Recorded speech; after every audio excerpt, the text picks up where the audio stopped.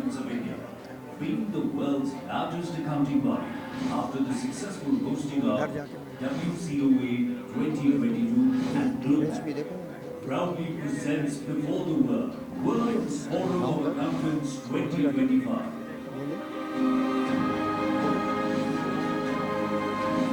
When accountability means innovation for a sustainable planet. The world's brightest minds will exchange insights, explore emerging trends, and unlock the possibilities for the profession, where foundation will be laid to shape the vision for the future of accounting profession. Hosted at Yashobhoomi, the largest convention and exhibition center in the heart of India's capital, New Delhi, inaugurated by the Honorable Prime Minister Shri Narendra Modi, is all set to host the congregation of accountants from around the world. And while you're here, experience the vibrant culture and heritage of New Delhi, a city where history meets modernity, offering unforgettable memories. World Forum of Accountants, an experience of 3 days, insightful discussion, groundbreaking innovations, and unparalleled networking opportunities. With immense pride, we invite you to WOFA 2025, taking place happening from January 31st to February 2nd, 2025 at the magnificent Yashobhoomi, New Delhi. Experience 3 days of insightful discussions, groundbreaking innovations, and unparalleled networking opportunities. World Forum of Accountants 2025 is where you need to be, where accountability meets innovation, AI for a sustainable planet. Join us at WOFA 2025 from January 31st to February 2nd, 2025 at Yashobhoomi, New Delhi.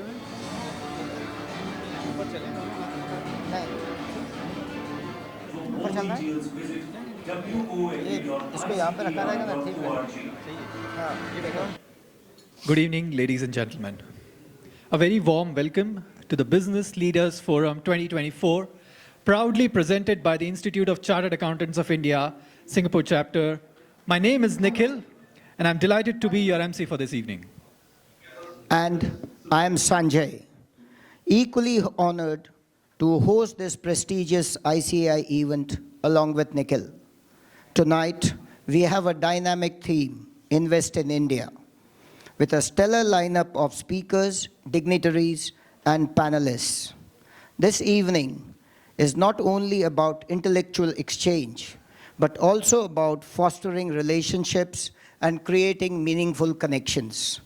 We are so excited to have you all here at the Pan-Pacific Singapore for what promises to be an insightful and engaging evening. Ladies and gentlemen, now we move on to the next step.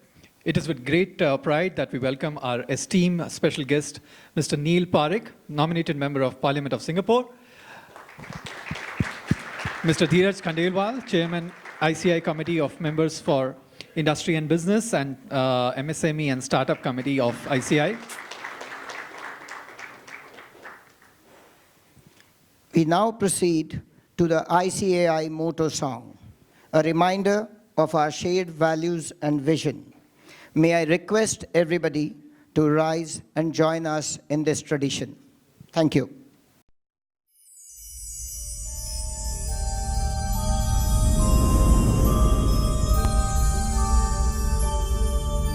Yaesha supteshu jagrati Yaesha supteshu jagrati Kamam kamam kamam kamam Purusho nirvimanaha Tadeva shukram Tada Brahma Tadeva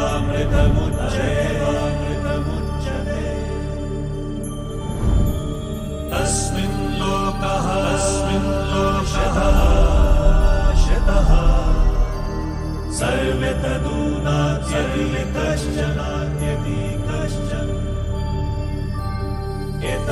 एतद्वैता एतद्वैता एतद्वैता एतद्वैता एतद्वैता एतद्वैता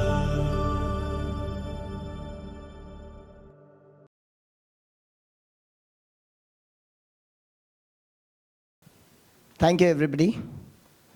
We now move on to the next event, the lighting of the lamp ceremony, symbolizing knowledge and enlightenment. May I invite our special guest, Mr. Neil Parekh, Mr. Dheerajji, our patrons, Mr. Soma Sekran, and Mr. Narayan Mohan, sir, our chairperson, Nishant Surana, and our vice chairperson, Ms. Anirada Shroff, to on the stage, please.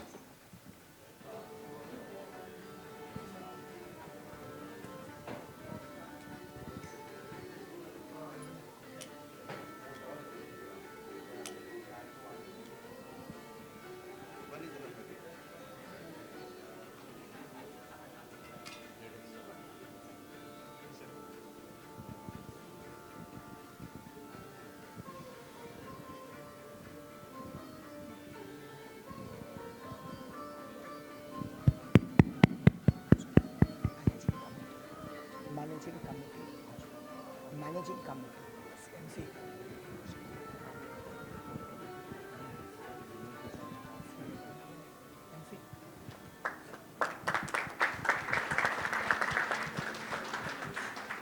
Let's capture this auspicious moment with a photo, please.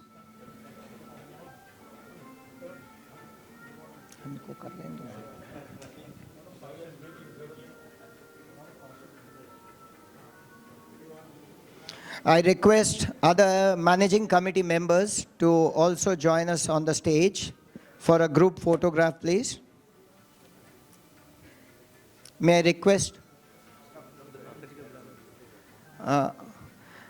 May I request Mr. Sayam Joshi and Mr. Prabhakarji to also join us for the photo session?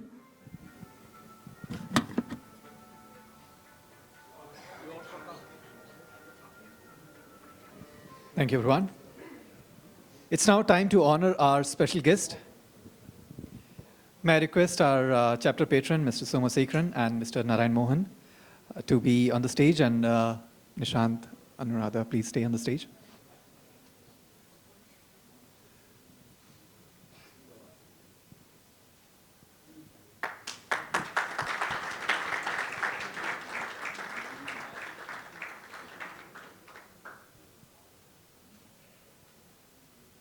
I invite Mr. Dheeraj Khandelwal also to be on the stage for a token of appreciation.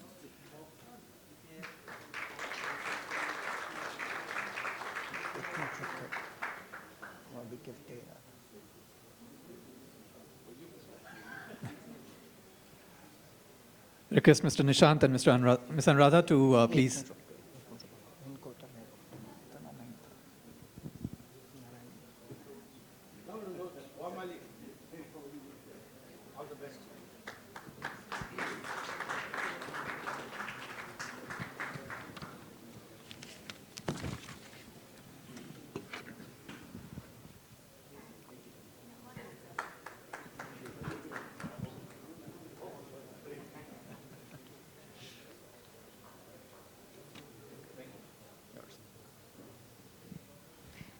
Friends, to officially commence the evening, may I invite Mr. Nishant Surana, Chairman of the ICAI Singapore chapter, to deliver the welcome address.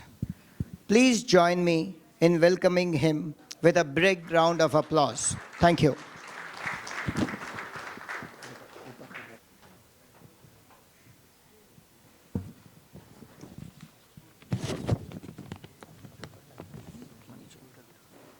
A warm evening to all. Welcome to this gathering, a moment to inspire, where minds meet ideas and aspire. Together, we build a future so bright, with unity, purpose, and shared insight.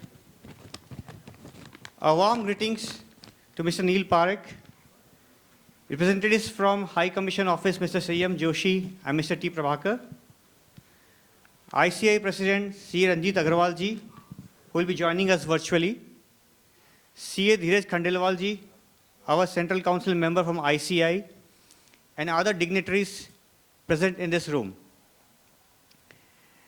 This is a momentous occasion for ICAI Singapore chapter that we are hosting our first Business Leaders Forum under the guidance and leadership of Committee for Members in Industry and Business, CMIB as we call. It is a vision of ICAI President C. Ranjit Agrawal ji, CMIB Chairman C. Dheeraj Khandelwal ji, and the entire leadership of ICAI. The vision was to use the power of international chapters of ICAI and showcase the true potential which India presents. This event is a genesis of that vision. And over the course of next 2 hours, we are sure each and every one of us will take some takeaways from and be inspired to follow India's story more closely and take part in that. A big thank you to our sponsors for being part of this beautiful evening for us. And a big thank you to our group of volunteers who have worked tirelessly behind the scenes to bring this to fruition. On behalf of ICAI Singapore chapter, I hereby officially welcome you all to this Business Leaders Forum 2024 and wish you all an evening full of great insights, nuggets of wisdom, and great collaboration with fellow dignitaries. Thank you.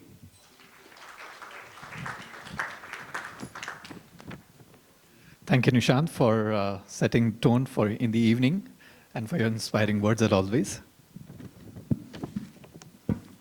We now invite the chairman of CMIB, Mr. Dheeraj Khandelwal, to share his thoughts and insights. CA Dheeraj Kumar Khandelwal is the chairman of the ICAI Committee of Members in Industry and Business and Committee of MSME and Startup. With over 20 years of experience, he has been the elected member of the ICAI Central Council since 2016. He specializes in business advisory, planning, project finance, and angel investing. Please join me in giving him a warm welcome. Thank you.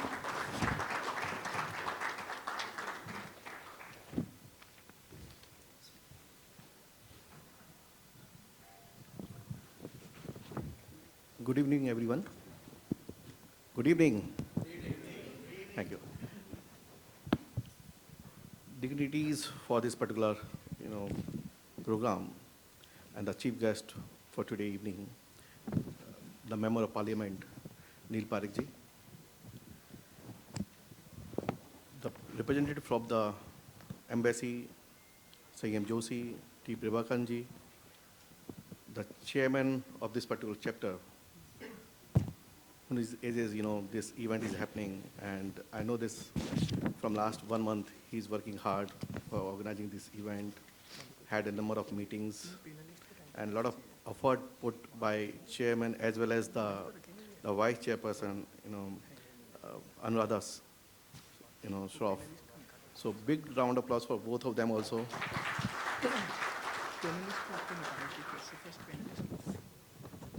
The patron of this particular chapter, so much excellent Narayan Mohanji, the past chairperson, a lot of past chairmen are here. I know that I've worked with a number of past chairmen over here. And of course, for this eve, I could meet a number of my friends, my batchmates, to whom I spent my journey in my postal days, 94 to 97, Sumit. And of course, a lot of my friends who connected with me, my journey in my regional council, 2006, 7, 8. A lot of people I could be able to meet. And this is a momentous occasion for me to be here in this particular gathering of the professional as well as the businessmen. And people are thinking why such kind of gathering being organized by the ICAI is doing such kind of event. Generally, we known for the event for the professional opportunities and professional program, whether it's the accounting standard or taxes on indirect taxes. Why such kind of events are happening in this particular chapter. Just wanted to brief that ICAI is the largest accounting body in the world, having more than 400,000 members and having more than 900,000 students. We call it a 1.3 million accounting army, professional army which we have in India. And it's not only because of the strength, it's because of the people, the members.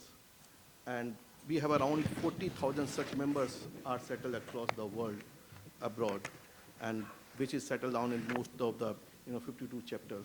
And Singapore is one of the chapters over here, having a strength of more than 500 people, chartered accountants being settled over here, whether it's as a CFO or as a business leader or as being an entrepreneur, working in the industries or as a businessman. I know a lot of traders being a chartered accountant. One of the traders is also here in the management committee, Sanjay Bhai Latani. So accounting body, the professional body, which is made is the largest body because of the people, of the strength of the members. We have it across the world, and we completed more than 75 years.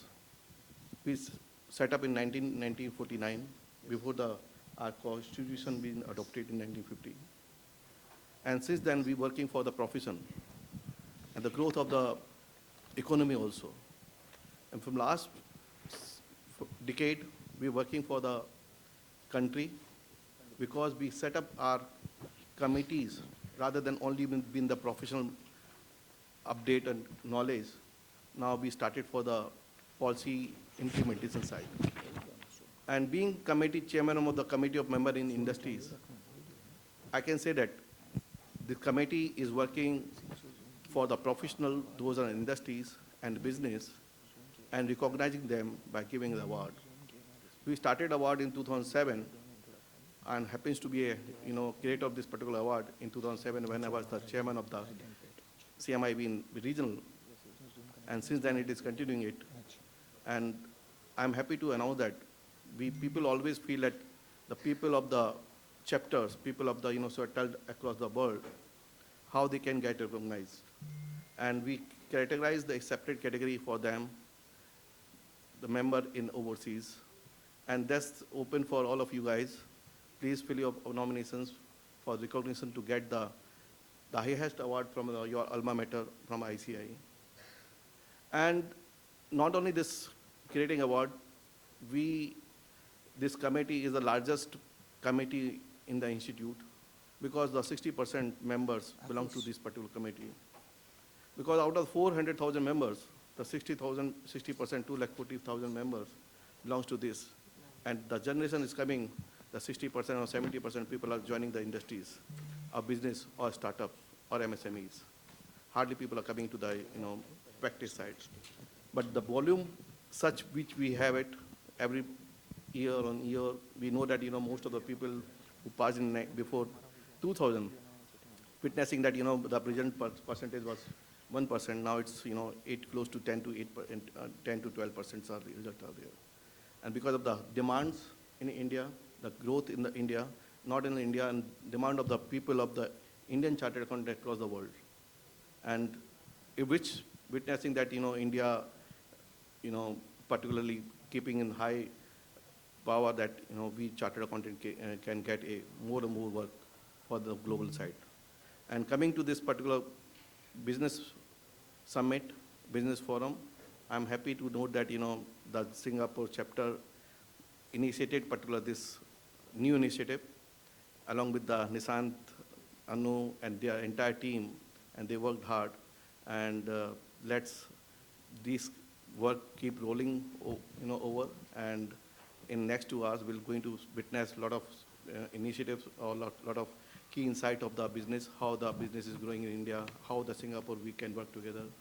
And I wanted to witness because of the few people are from the Chartered Accountants fraternity.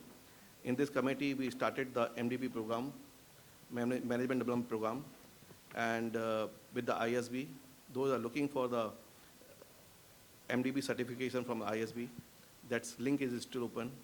That 30th November is the last date. People can register. It's an online course, 30 hours certificate program. 20 hours, 24 hours is a question answer, 6 hours of video lectures are there. So these are another program. We also have the 40 under 40 award, which is going to be happening in the month of January. And of course, you have seen the WOFA program seminar, which is going to be conducted in Delhi, 31st January to 2nd February, which is the largest event. India witnessed that in 2022, the largest conference of the World Congress Summit, which we had. And the same time, India hosted the G20 Summit. Now India is going furthermore. Now the ICAI is hosting another event, the World Forum of Accountant, which is the largest event in the profession body. I'm here to inviting you all to network, to collaborate, to grow in this ICAI network. And the event is going to be happening in January. So I'm inviting each and everyone to part of this event. With this, I will welcome all of you to this event. Thank you very much. From Mr. Sanyam Joshi, First Secretary Economic. Please.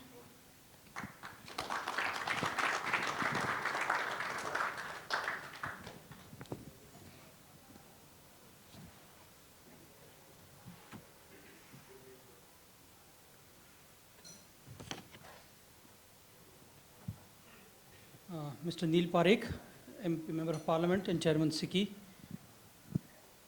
Mr. Ranjit Agarwal, Chairman ICAI, Mr. G.S. Khandelwal, Member ICAI Central Committee, Mr. Nishant Surana, President ICAI, all dignitaries present here, ladies and gentlemen, good evening. I congratulate ICAI for organizing this event to promote the conversations around India's economy and Singapore's contribution to its growth. It gives me great pleasure to address this esteemed gathering. In the past 10 years, whereas the global economy has grown by 35%, Indian economy has expanded by almost 90%. That's more than twice the growth of the global economy. The Indian economy is now the world's 5th largest and is on track to become the 3rd largest by 2030, just behind the United States and China. Over the past decade, we have also managed to take 25 crore people out of the ambit of poverty. And not just that, we've managed to create a neo-middle class, which is now contributing to the consumption and to India's growth story. So the India growth story is real, it's happening as we speak. We have a rapidly expanding digital economy, which is growing at almost 3 times the GDP growth of India. Our startup ecosystem is the 3rd largest in the world. And in the recently published Stanford AI report, India has been listed as the 4th largest AI economy, as the 4th best AI economy in the world, just behind the US, UK and China. UK, US, China and UK. I know most of you will know these statistics, but it's just to bring it to the fore of how the India growth story is happening and how it is real. Coming to the India-Singapore relations, because that is what we are more interested in and we should speak about more. We do have a historic bond between India and Singapore. Just as India is an ethnically diverse country, so is Singapore. And the Indians have been a major proportion of the Singaporean population, a major contributor to Singapore's economy as well. Singapore has been invested in India for a long time. Ever since the opening of the Indian economy, we've had companies like CapitaLand, GIC, Temasek being invested in the India story for the last 30 years. And today, Singapore is the largest source of FDI into India. As far as the G2G engagements go, we had the Prime Minister's visit recently in September. Before that, we had the India-Singapore Ministerial Roundtable, which is a unique initiative between India and Singapore, where we have ministers from India and from Singapore sit down at a table without any officials present, discuss issues with an open mind, and come to an agreement about the way that the bilateral collaboration between India and Singapore will go forward. The first roundtable was held in 2022, the second one was held in 2024. The first one had an attendance of 8 ministers, both from India and Singapore. The second one, we expanded it to 10 ministers. And during the visit of Prime Minister Modi this time, we have identified 6 areas of bilateral cooperation between India and Singapore. We have sustainability, digitalization, skills development, connectivity, advanced manufacturing, and healthcare and medicine as the areas of bilateral collaboration. Other than that, we've had numerous visits of Indian government ministers and Indian state delegations to Singapore, while at the same time, a number of Singaporean ministers have also visited India in the last 2 months. The India-Singapore collaboration is really on the go. We have the UPI Pay Now Connect, which is again a healthy connect of remittance between India and Singapore. And other than that, we have the Proxtera and GEM Connect, the government e-marketplace of India, which is a B2C portal, and the Proxtera of Singapore, which is a B2B portal, which allows Indian MSMEs to connect with businesses across the world, from India to Africa. We also have an increasing awareness of India amongst Singaporean businesses, but that is where I would like to urge all of you to make more efforts, because there still needs to be more to be done on this front. In Singaporean businesses, Singaporean investors want to go to India, set up in India, and access the Indian marketplace, but they are not aware, because the governance systems in Singapore and India are completely different. We need to handhold them, and that is where the Indian government and the Indian High Commission always stand ready to assist Singaporean businesses to set up in India and to access the Indian market. I urge all of you to take your friends, your Singaporean friends, to India, to familiarize them with the kind of place that India is, and to increase that connect and deepen the engagement between India and Singapore. Lastly, I'll just leave you with this. We end our addresses with a simple request to everyone. Take 5 of your Singaporean friends to India on a tourism trip. We need to make Singapore aware as to what the diversity of India that is there. And we have so many opportunities available now. We have such great direct connectivity between India and Singapore. So I urge all of you to take at least 5 of your friends on a familiarization trip to India. And I hope that this particular event leads to more conversations around the Singapore-India Business Connect. Thank you. Thank you, Mr. Sayam, for sharing your valuable perspectives and inspiring vision for India's economic growth. For sure, we should take more friends to India. We have President Sir online. Thank you, sir, for joining us.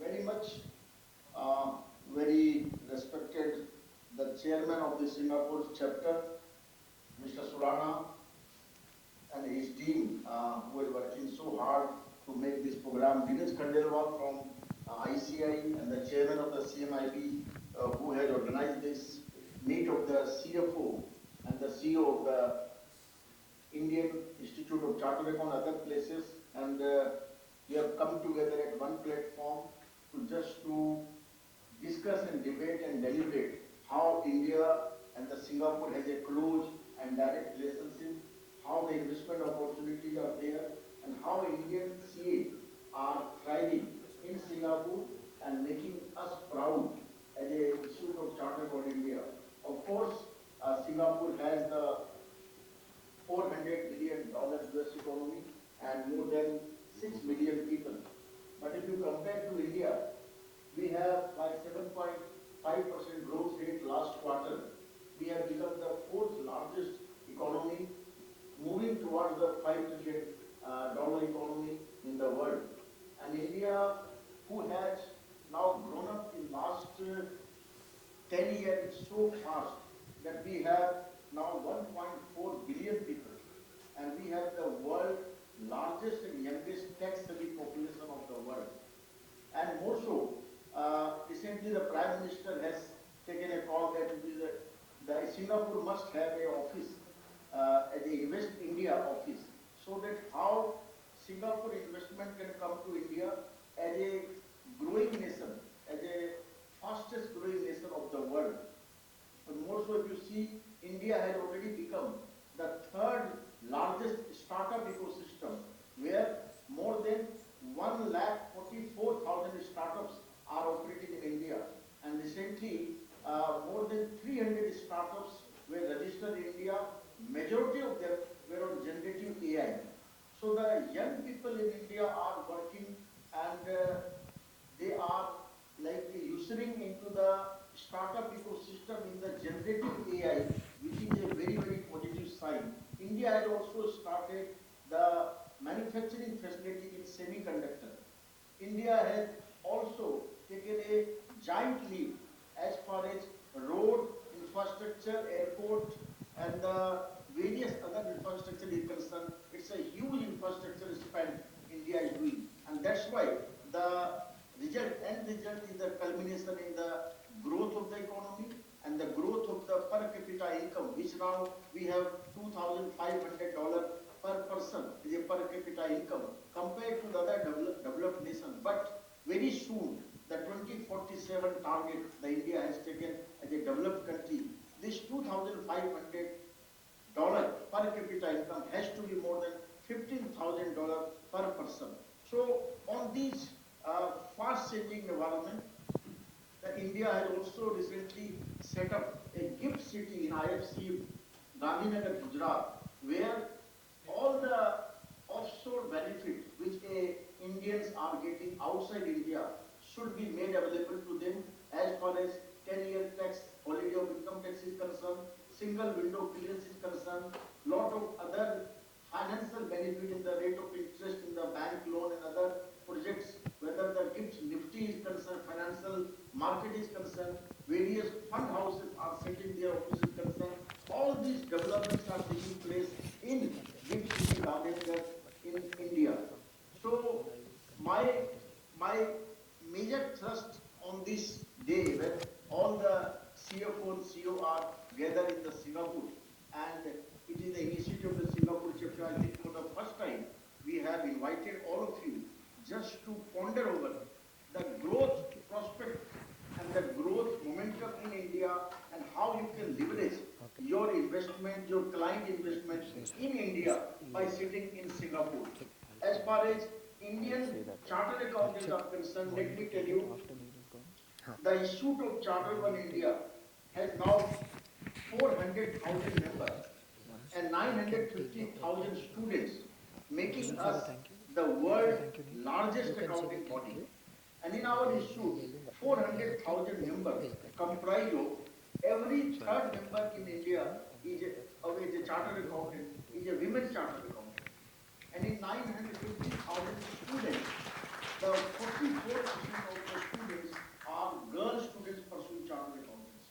So as an institute, we have grown up in the last 75 years as a huge giant leap we have taken as far as number is concerned. And our members are mostly 40,000 Indian CA are working outside India, including Singapore. And the kind of MRA and MOU the Indian Institute has done with other accounting body, there are 8 accounting body of the world in which the Institute has tie-up as a MRA, wherein the qualification of Indian Institute can be taken by other body by passing some examination paper, and the qualification of other accounting body can be taken by Indian CA by passing some paper in the examination. Whether it's CPA Australia, CPA Canada, CPA England and Wales, Saudi Arabia, all these bodies we have a MRA. And 16 countries we have a MOU where we are exchanging the best practices available in those countries which India can adopt, and they can adopt the best practice in India. And recently, the Institute has come out with a very innovative concept of CAGPT.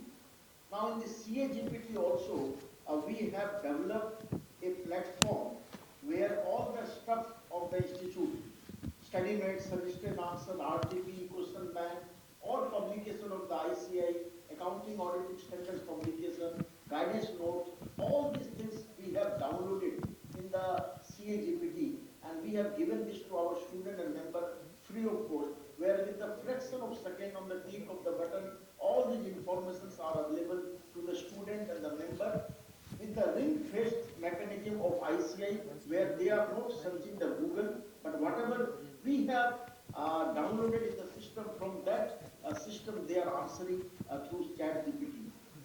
Yesterday, we have downloaded 5,000 listed company annual report, and we have downloaded it in our CAGPT and given to a member. It will help us. It will help us to analyze the data, analyze the information of the listed company, qualification of the auditor, related party transaction, how the corporates are working, so that as a professional, we have a access to this information, and then we can frame our opinion as a auditor, consultant, or investor. So all this, the institute has taken this step just to make our member accessible to all this information.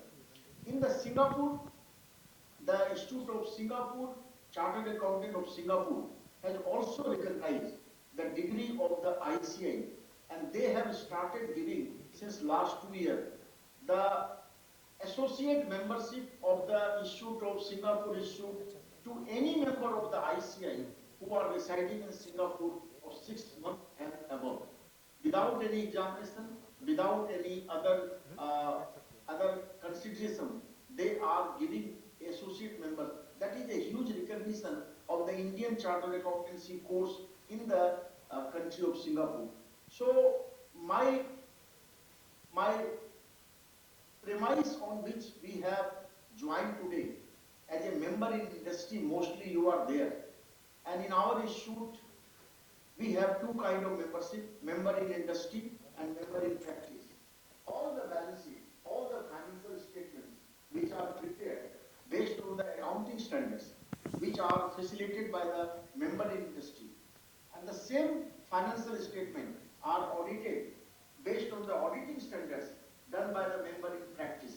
So member in industry and member in practice both are two important links on which our institute is based, and we are very proud that our both the members are working very hard in both the streams. You as a member in industry, you are making India proud by with your knowledge, with your successful attitude, with your hard work, and with your persuasion, by making realize that yes, in the offshore field also you can deliver, and you have done your best, and you have delivered with the best of your ability. That's why you are there, and you are contributing in the growth and development of Singapore economy as well as the Indian economy also.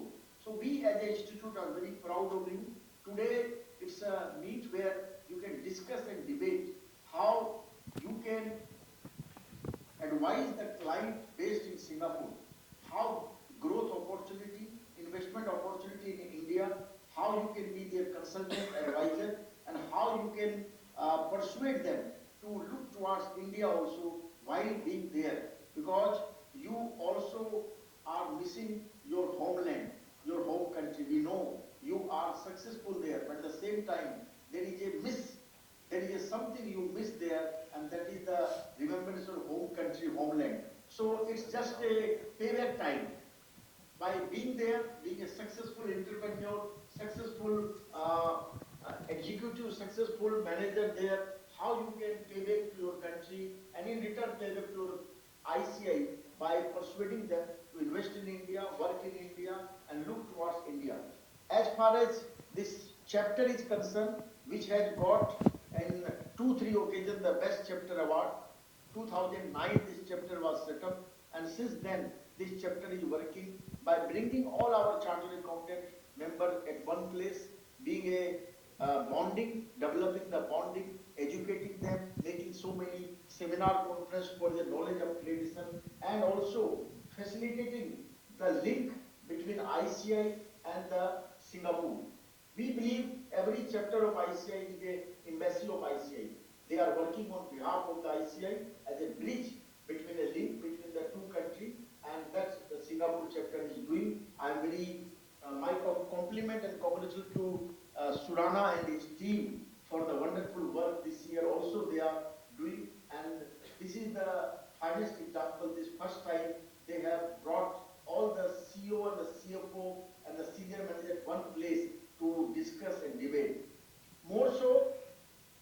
India, we are having a World Forum of Accountants in January 2025, in which we are inviting all the delegates, not only from India, but outside India. All the major accounting bodies are participating. We have set a target of 8,000 delegates to be live listening to 2.5 days of various technical and innovative sessions. My request to all of you, please get the detail of this conference in India, which are happening in January in Yashobhumi, Delhi, where you can debate, you can participate, you can support, whichever way you want. Institute is giving you a helping hand or inviting you, all of you, just come to India at that point of time also, support this event, participate, and whatever best you can do for the success of this conference, please do. And in the return, this is your paying back to your alma mater, because we always used to say, first we learn, and then we earn, and then we have to return. This is the return time which you have been so successful. Bring back your alma mater in your center stage and makes yourself a very, very contributing person. Thank you very much to Nisham Surana's team, Dheeraj Khandelwal, and all the members of the Singapore chapter for making this very lively, interactive meeting in Singapore today. I could not come personally because of some ministry requirement. We are pulled in the ministry for some discussion. So please excuse me for not having physically, but virtually also we can connect ourselves. So thank you very much for your presence this evening. Thank you. Thank you.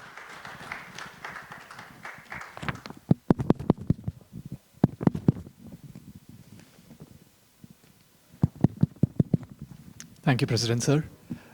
Thanks a lot for those inspiring words and helping us understand that how far and how deep our roots are, and that at the same time we are able to spread across the globe. With this, I would move on to the next thing.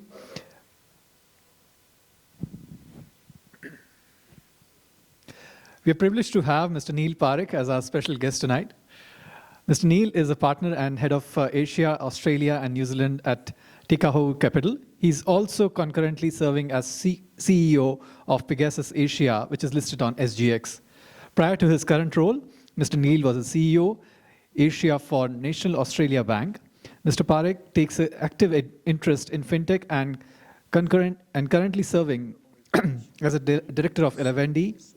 Mr. Neil contributes his time as a member of Governing Council of Singapore Business Federation, SBF, Singapore Institute of Directors, and James Cook University, Singapore. Amongst other chairmanships, he currently serves as the chairman of Singapore India Chamber of Commerce and Industry, SICI, India International Advisory Committee of Australia Institute of Company Directors, AICD, Deputy Chair, GFTN, and as a member of the Investment Committee for SINDA and SNM. Let's give him a warm welcome, Mr. Parekh, and please request you to come on to this.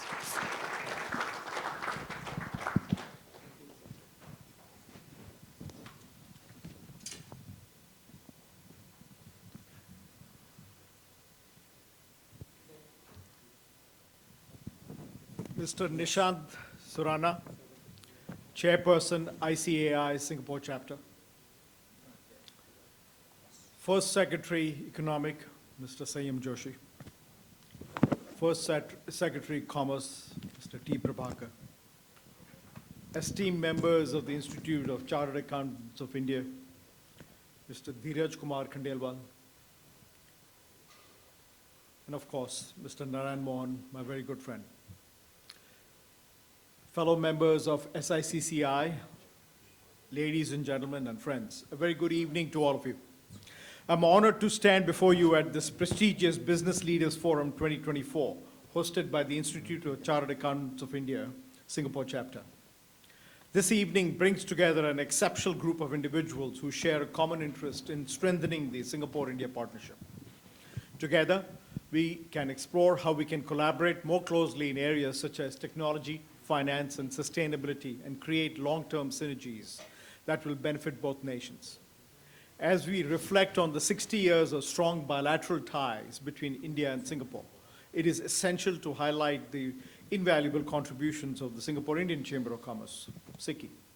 For the past century, SICI has played a pivotal role in bridging the business communities of both countries, and its continued efforts are critical to driving India's growth story in the context of Singapore. SICI has been a catalyst for business exchanges and a key player in creating opportunities for Indian businesses to flourish in Singapore and across the ASEAN region. Through the numerous memorandums of understanding MOUs SICI has established with chambers of commerce worldwide, it has helped facilitate countless business delegations, connect industry leaders, and build a robust platform for trade and investment. Another significant development that underscores the development of, or the depth of our cooperation is the recent MOU between ICAI Singapore and SICI.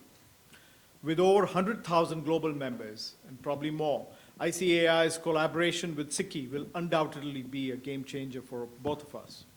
This partnership marks a new chapter in professional and industry collaboration that will deepen Singapore-India ties while facilitating investment flows in both directions. This MOU is an excellent example of synergies between professional institutions and business associations can create new avenues for growth and collaboration in finance, accounting, and beyond. Beyond institutional partnerships, Singapore's unique position as a global hub for Indian companies seeking to expand globally cannot be overstated. Singapore offers a stable and competitive environment for Indian businesses, and this has been made possible through the frameworks like SICA, the Singapore International Chamber of Arbitration, and the double taxation agreement between the two countries. These frameworks provide for the legal and fiscal certainty that Indian companies require when they are venturing into global markets. Singapore is an attractive base for foreign institutional investors looking to invest into India, offering unparalleled access to India's vast market. CECA, the Comprehensive Economic Cooperation Agreement, signed in 2005, and the ASEAN-India Free Trade Agreement, AIFTA, signed in 2009, have created a robust platform for trade, investment, and business collaboration between the two nations. These agreements have been instrumental in expanding economic and commercial ties, and they continue to play a vital role in fostering deeper integration of our economies. Today, India and Singapore have become indispensable partners, with Singapore being India's largest trading partner in ASEAN and its second largest foreign direct investment source globally. Indian companies have recognized the strategic advantage of being based in Singapore. With its competitive tax regime, excellent infrastructure, and ease of business, Singapore has become the base of choice for many Indian companies looking to expand into ASEAN region and beyond. Today, over 9,000 Indian companies are registered in Singapore, spanning various sectors from manufacturing to services.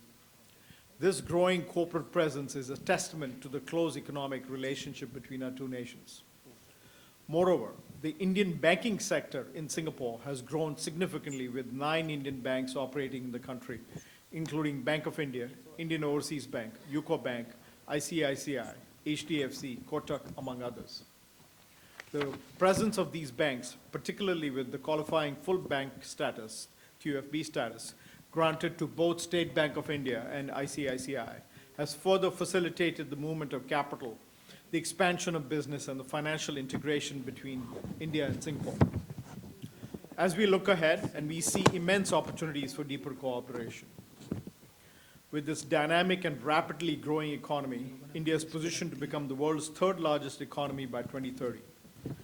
With a GDP of US dollars 3.7 trillion and a population of 1.4 billion, India represents a massive market with vast innovation, manufacturing, and investment potential. The Indian government's initiatives such as Make in India, Digital India, and Atmanirbhar Bharat have created a favorable environment for foreign investments and business growth. With India now home to the 3rd largest startup ecosystem globally, there are numerous avenues for collaboration in sectors such as fintech, health tech, clean energy, and green technologies. In contrast, Singapore continues to lead the world in financial services, technology, and sustainability.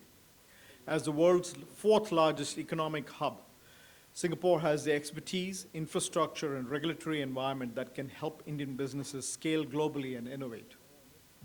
Combining Singapore's strengths in these areas with India's vibrant and skilled workforce, we can create a truly global ecosystem that drives growth and prosperity for both countries.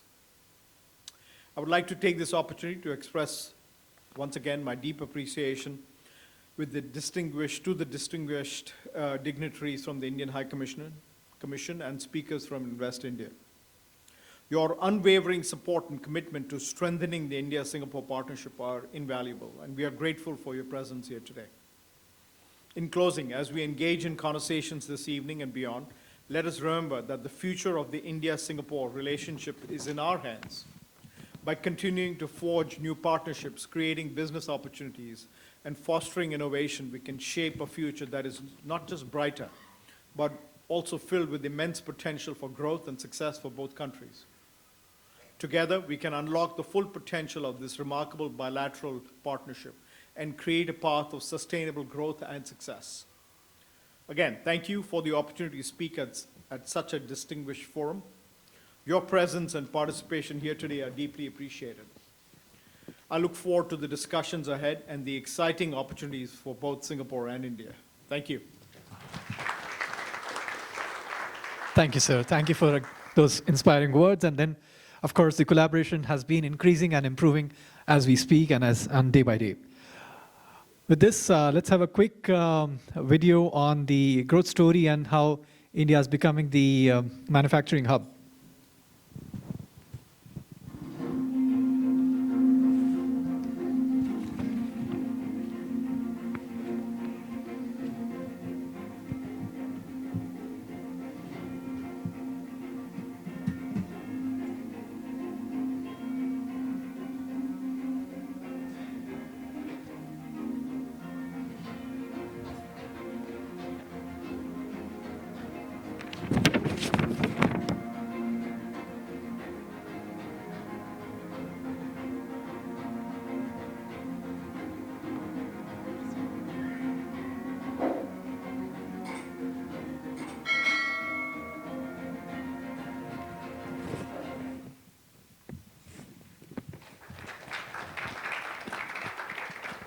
Thank you. As this beautiful evening progresses and the dinner is served on the respective tables, we now transcend into panel discussions. These sessions are designed to spark dialogue and explore diverse perspectives on India's investment landscape. The first panel discussion is titled Economic Trends and Investment Opportunities in India. Please join me in welcoming our distinguished panelists. Mr. James Chio.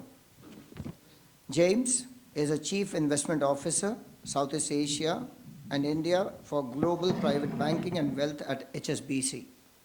A member of the Global Investment Committee for Private Banking and Wealth Management, and also a member of the Regional Investment Committee in Asia. In his role, he spearheads the development of investment strategies across all asset classes for private banking and wealth management clients in Southeast Asia and India. Prior to joining HSBC Private Banking, James was Senior Investment Strategist at Bank of Singapore, where he was responsible for asset allocation and thematic research. Please put your hands together for James Chio.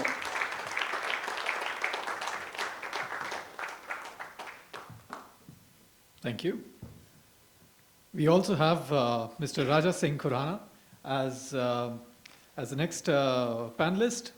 Raja Singh Khurana is the Vice President of Invest India, the National Investment Promotion and Facilitation Agency of Government of India. At Invest India, he has led regional teams working closely with investors across Asia to facilitate and ground investments in India market. He has also spearheaded efforts to handhold Indian companies and led the core team established under this Department of Promotion of Industry and Internal Trade to support investments desk across 29 ministries, driving and streamlining investments in key sectors. In his latest role, he has been appointed as the Chief Representative of Invest India in Singapore's office, where he is now based, for further strengthening the Indian-Asian investment corridor. Mr. Raja Kurana.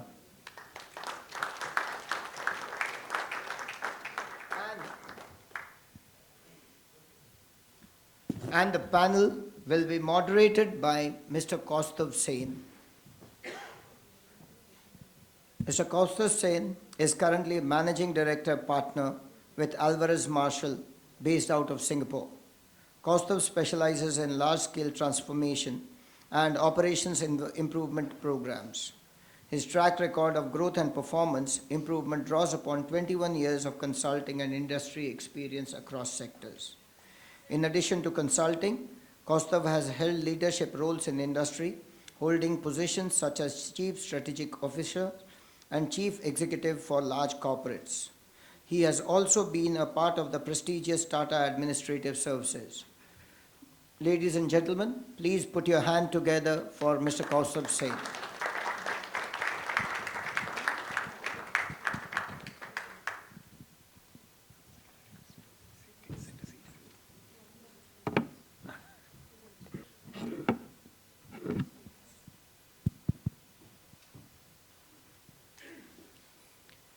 Hi, good evening, ladies and gentlemen, distinguished guests. First of all, I think the seating arrangement is a bit off. I am not supposed to be at the center because I have the easiest job of asking my esteemed panelists, some questions. But I guess we'll do with whatever we have here. It gives me immense pleasure to welcome you to this panel discussion, Economic Trends and Investment Opportunities in India. Whenever I think of Indian economy, I am reminded of a book I read many, many years back. The name of the book is In Spite of the Gods. It's written by a gentleman called Mr. Edward Lewis, who was a British journalist and one of the editors of Financial Times. And I wanted to share a quote from that book. It said, "The Indian economy is like an elephant. It moves slowly but surely. It might occasionally stumble, but in the end, it always gets back." And I would also want to draw a very recent instance from a sport, which I think most people associated with India identifies with. It's cricket. And my apologies to people who do not follow the sport. But essentially, what happened in cricket, about a month back, the Indian men's team, they lost 3-0 to New Zealand after 12 years of success at home. Nobody expected us, or rather the Indian team, to lose that series. But within a matter of couple of weeks, India went and played in Australia in the most difficult, bouncy conditions where Australia has never lost a test match, and a depleted team, that same team which got whitewashed, was victorious. So why I share this example is, it shows the resilience, and I think I find a lot of similarities to Indian economy.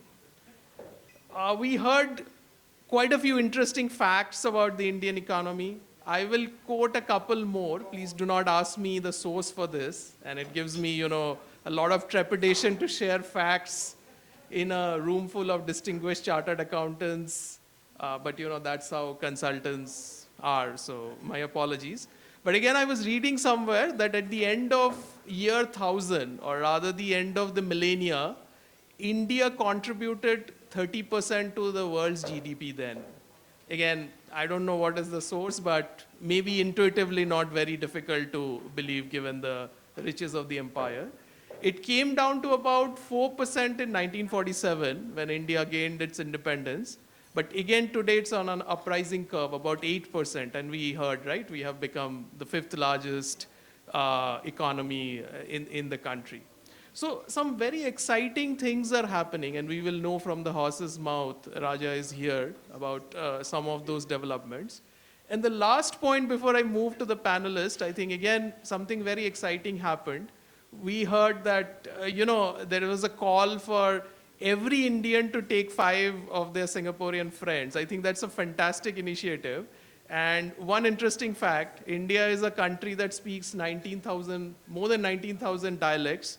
but 30% of the population speaks some form of English, and that becomes like a linguistic unifier for the country. So whoever, whenever you are taking your Singaporean friends, they will not feel out of place in India. That's a promise. So with that, let me turn my attention to my panelists. So James, maybe let me start with you. You have given a new dimension to the term AI. I don't know how many of you know here, but James's version of AI is not artificial intelligence, but ASEAN plus India. So what are some of the macroeconomic fundamentals that excites you so much about India? Yeah, before I talked about ASEAN and India, which to me is the new AI, I will take up the commissioner's challenge. I'm the Singaporean, you could bring me there. I'm only there in India for work, but maybe you can bring me there for play, so I'll take your challenge up. Yeah, I think the AI, to me, it's not so much, well, artificial intelligence is a big deal, but the rise of ASEAN and India, it's rising back to where it's supposed to belong. I mean, just think of even in China's case, China had that one-child policy, and that one child is no longer a child. That child is probably about 40 years old. And if that child in China is married, they have two elderly parents to look after. They may or may not have a kid. So if you think about China's population demographics, it's an inverted pyramid. Very, very, in a way, it's not very conducive for economic growth because over time, the population decreases. China's population is around the same as India, 1.4 billion. Yours is rising, China is declining. If you think about India and ASEAN, on average, people in their 20s, they have 4 or 5 siblings. So that whole population demographics is the other way around. Very wide base, it can continue growing, adding to the labor force for the next decade. So this is really the AI story that many people ignore. In terms of numbers-wise, if you just think of India's service economy, India's service economy is around $350 billion every single year. That's the size of the earnings of Magnificent Seven, Mac 7. Everyone talks about Mac 7, but no one really talks about all these silent growth earners that comes out from ASEAN and India. So I think it's very important that investors have to think about ASEAN, have to think about India in the next decade. Great. I think that's quite insightful, James. Maybe let me move to Raja. So we know Indian economy has been very resilient. It has been doing a lot of great things. But I would still be honest, whenever there are conversations, with global investors, there is always that thought that, okay, India is great, but the infrastructure has always been a constraining part for the country. It is not letting the country achieve its full potential. Again, we know a lot has been done, but it will be great to hear from you, like I said, from the horse's mouth. What are some of the key achievements there and where do you think more can be done? Sure, thank you. Thank you for this opportunity. But before I come to that, ICAI President mentioned gave a reference about Honorable Prime Minister's announcement of Invest India office. I'm happy to share that the announcement was made by the Honorable Prime Minister on 5th September. And within 3 weeks, by the collaboration of both the governments, we were able to operationalize Invest India office in Singapore. This underscores the importance of the region for driving investments.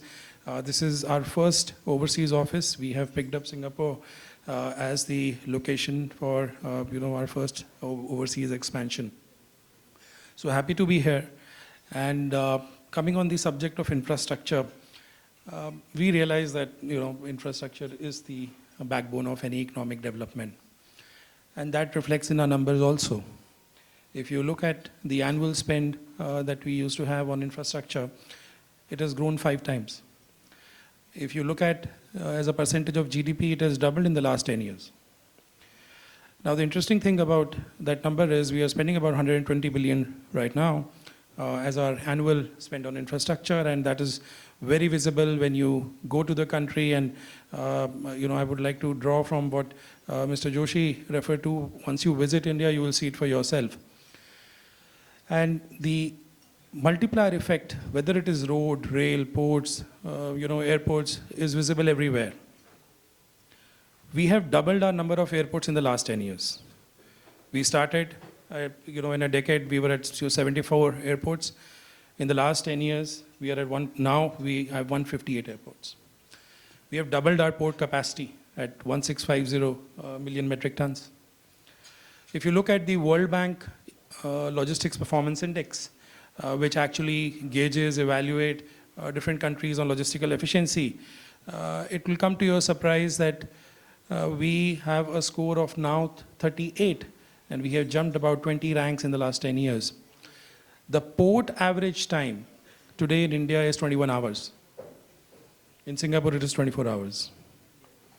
So from far, the transformation may not be as visible. You look at highways. 50% of the total highways that you see in the country today, in India, and by the way, we have the second largest highway ecosystem in the world. Of that, 50% has been added in the last 10 years. You move on to railways. India today has the 4th largest railway network in the world. We have added about 39,000 kilometers of new railway line. That is to the size of the entire French railway network, which is at about 31,000 kilometers. You go on to ports, you go on to airports. When we were at the peak of road construction and highway construction, we were constructing 37 kilometers of road every day. 14 kilometers of railway network every day was being added, and that's how the number grew up to 39,000 kilometers over the last 10 years. Now, the interesting thing about railways is that, I think most of you would have been to India. I see a lot of Indian faces. The railway network in India moves 24 million people in a day. Now, you multiply that number by the number of days in a year, you get to 8+ billion, which is the population of this world. So the transformation, the speed and scale of how things are changing up in India is immense. You look at metro rail. We have grown our metro rail across 27 cities by 4 times the number that we were in 2014.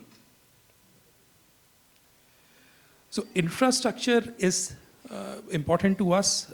We understand it is the backbone of economic development, and we have spent a lot of time and effort in planning it. Let me give you one more anecdote and one more example in which I want to explain how we are planning our infrastructure.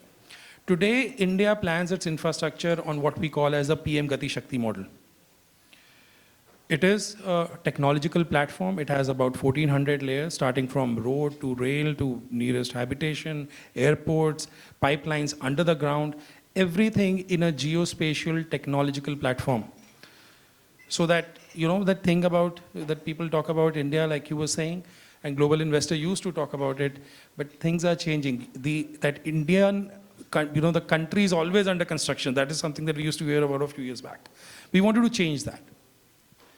So it is a coherent technological use of technology in planning infrastructure, so that wherever you are planning the road, the last mile connectivity of road and a dedicated freight corridor comes with it. Now, coming to freight, if you're familiar with the geography of India, to move from Bombay, where JNPT is based, which is our largest container terminal, to Delhi, which is the capital of the country, it is about 1,400 kilometers. Now, in India, the issue has been that the freight majorly moves on road, and that is what we have been trying to change. And it takes about 5 days to move from JNPT to the northern part of the country to Delhi.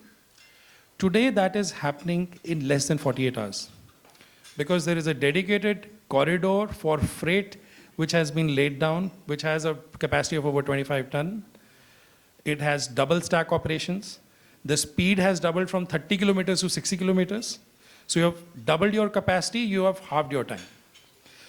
These changes and the transformation in the Indian economy, especially on the infrastructure, is very visible once you are in the country.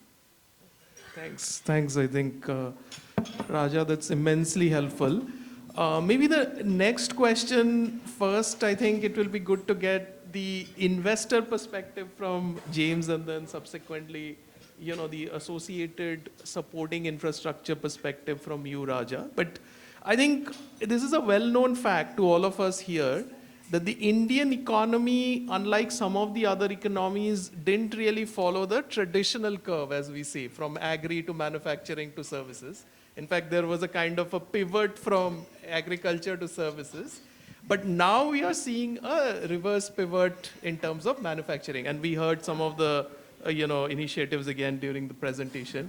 So James, as a external investor who is like taking a very deep interest in the country, is this something that you like? And if yes, are there any important subsectors within the, the whole manufacturing ecosystem that excites you? Well, I mean, I'm an asset allocator, so I look at where the opportunities are from a global perspective. And I noticed that this room is all mostly accountants, and you all like numbers. But maybe instead of throwing you numbers, I'll show you my favorite movie. I watched it over the weekend, RRR. Good movie, I love it, and I make my kids watch, yeah, over the weekend. Yeah, and I'll use that as a framework, RRR, to explain how I think about India. Ken, right? So first R, I would say, is a renaissance in many ways. And just like Sen, your point, 2,000 years ago, 30% of GDP. I think India is returning back to where it was, whether it's from a population point of view, from a technology point of view, from the importance from a geopolitical point of view. I think it's returning from a renaissance point of view. And in order to return back to this renaissance, you need manufacturing as a key pillar, like it or not. And ultimately, I think it's the reforms. The next R that I want to talk about, it's reforms. And the reforms, Raja talked about a lot of infrastructure, a lot of the manufacturing reforms, PLI, or even Make in India. So all these reforms are showing the effects of an acceleration of investments in India. I mean, a few years ago, India's production of electronic, even handphones, even minimal. India was importing. Now India is the #2 largest maker of handphones. So this is a remarkable shift, accelerated extremely fast. And for investors, we look at where the changes are. We're not looking for perfection. We're looking for where the changes or the growth is happening. And these are the exciting things that the renaissance and the reforms are happening. And of course, as an investor, returns is the most important thing, and that's the third R.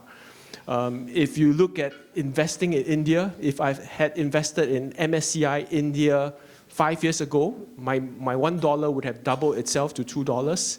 If I put it in China, it will still be about 80 cents. I'll still lose money on my investments.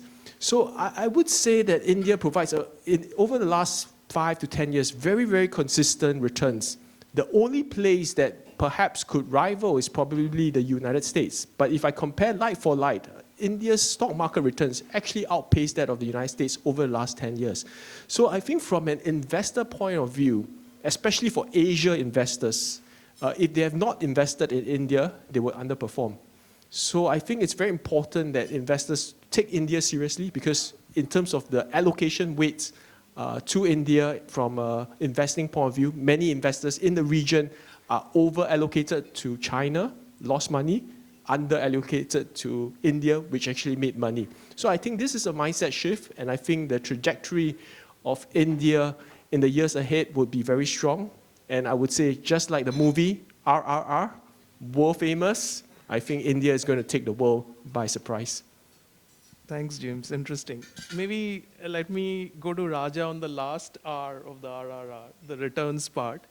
And we are again hearing and seeing a lot of, I would say, very, very robust initiatives around, rationalization of the taxation structure, PLI. But, beyond what we see and hear, the obvious, since, you are with Invest India, and organizations like Invest India have been a great force multiplier, I would say, in marrying the exact needs of the investors and putting it in front of the government. Maybe it will be good to hear some of your perspectives on what is happening and what is likely to happen, going forward. Before I come to that, I have a numerical anecdote to RRR, which is 30, 30, 30. So if you look at the Indian economy, we were about a $2 trillion economy in 2014. We have doubled ourselves to just under 4 trillion, fifth largest, knocking on the doors of Japan to become the fourth largest and third largest by the end of the decade. Now, what is this 30, 30, 30? You will see $30 trillion of wealth, GDP getting added to the country in the next 30 years, with median age being 30. That is the size of opportunity we are talking about. $30 trillion added to GDP with 30 years as median age in the next 30 years. And we have a vision for that. Our vision is that by 2047, when we celebrate 100 years of independence, we want to be a developed nation. And looking at the growth rates, on average, and you gave an example of resilience in cricket, which is important. Resilience in economy is equally important and was witnessed. Never ever in an economic history it has happened that the economy shrank by 21% in one quarter. And within 365 days, same quarter, next financial year, it grew back by 7.2%. This is India for you. And this is during COVID. Right in the midst of storm is when we clocked our highest ever FDI at $84 billion. Highest ever exports at $450 billion of merchandise and about another 220 of services. Coming to the question of return that you mentioned. Without naming, I would like to share an example with you. It's a recent one. There is a Korean auto manufacturer which got listed on the Indian stock market, just a few days back. And when we looked at the data, they had invested about 2 decades back $200 million. Would you like to take a guess what has been their returns back to their country which they have repatriated? Any guess from the audience is also welcome. I know the name of the company, but I don't know. Yeah. And what's the number that you are guessing? Huh? The number is $11 billion. That's the return on the capital of $200 million invested into the market about 20 years back. I'm not counting in the supply chain partners where the OEM was also an equity owner, and if you add those return, the number goes a few notches up by $1 billion. Now, coming to the subject of reforms, you spoke about PLI, and James, thank you for mentioning how we are the now second largest smartphone manufacturer in the world. But I just want to add one perspective to it. About 8 years back, we were the net importer of mobile phone in the country, net importer. We were importing to satiate our domestic demand for mobile phones. Today, I'm very happy to share that we are the net exporter of mobile phones. Global OEMs have chosen India to be to have their largest facility outside their headquarters. And again, a Korean company. So the point being, if you look at the PLI, which is applicable on 14 sectors, this is essentially for the benefit of everyone, a scheme by the government of India where we have taken a mix of conventional sectors, including electronics, steel, renewables, and textiles, and also new sunrise sectors such as drones. The companies are being incentivized basis their production value. And the range of incentive is between 4 to 6%. 39 medical devices, API drugs, complex gene therapies, which we were importing, I'm happy to share are now getting manufactured in the country under this scheme. There are about 800 companies across 14 sectors which have taken the benefit of PLI and have started manufacturing facilities in the country. Over the next 3 to 5 years, the total production value coming out of the PLI scheme across 800 companies is going to be about $500 billion. Today, companies have invested over $1.5 billion, and the production has already crossed $150 billion. You look at reforms. See, numbers don't lie. FDI in India, from a policy perspective, have been continuing to be liberalized through over 120 reforms. And I'm happy to share that 90% of the FDI which comes to the country today comes through automatic route. It doesn't require an approval. That is the kind of liberalization of FDI policy which has taken place, which is today private capital can participate in any economic activity in the country. There are a very few limited sectors where we have regulated the limits. Even there you can invest, it's just that you have to inform and then invest. These are strategic sectors such as defense, pharma, information broadcasting. But the rest of these, 90% of the FDI is coming automatic. In terms of taxation, any new domestic manufacturing company can avail the new corporate tax code of 17%. It is one of the most competitive in the world. We had abolished retrospective taxation for cross-border investment. We have now, you would have seen in this recent budget, we have abolished angel tax. So wherever there were pain points, the government has continued to iron those out, understand from industry, and make it easier in the investor life cycle for them to do business in India. One last thing when we talk about reforms, because India is a large country. It is not only a function of the central government to look at investment, but also states. Now, the interesting thing that is happening there is that good economics has become the center of good politics. States are equally hungry for investments. And by the way, they are competing on over 340 parameters, which are driven by the central government, and competing with each other on those to be ahead in the curve when it comes to investor attraction. Fantastic. And I think, to your point, I learned this recently, and correct me if I'm wrong, but I think Indian Railways allows 100% FDI. That was quite revealing statistic for me.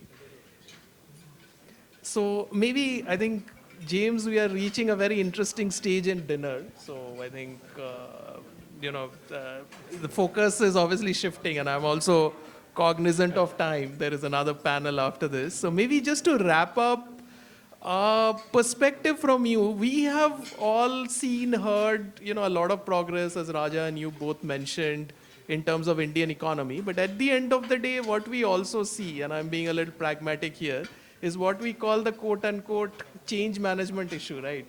Because while India is exciting, let's be honest, there are still uncertainties, be it in terms of, what will happen in the future, what are the standards of governance, etc. So how do you convince your investors and make that final pitch that this is the market to go to? Yeah, well, in all markets, whether it's the US, emerging markets, there's always issues, corporate governance, etc. So these things happen. So to kind of convince investors, I think what's important is in terms of getting them ultimately diversified into a broad holdings of India exposure. I think that's number one, how we approach it. So that's the starting point.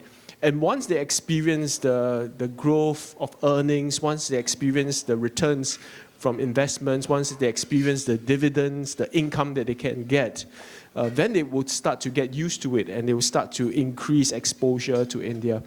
And clearly, I think a lot of governance at the top level, I think that's encouraging. The direction it's great. So I think as a whole, investors are warming up compared to, let's say, 2 or 3 years ago. So I think there is a shift in perception, and I think India looks extremely bright when it comes to investors' kind of appetite for India assets. So I think with that, let me try and wrap. We are not doing audience questions, are we? We can? Okay. Okay, so maybe then I think this is a good opportunity. We can do a couple of audience questions. We have two very distinguished individuals. I know dinner is important, but if you have anything on your mind, so this is the time. Anyone? Okay, I guess dinner takes precedence, which is fair. So I think, yeah. Maybe a question to Mr. Khurana. What are the one or two things which could derail India's progress? Derail India's progress.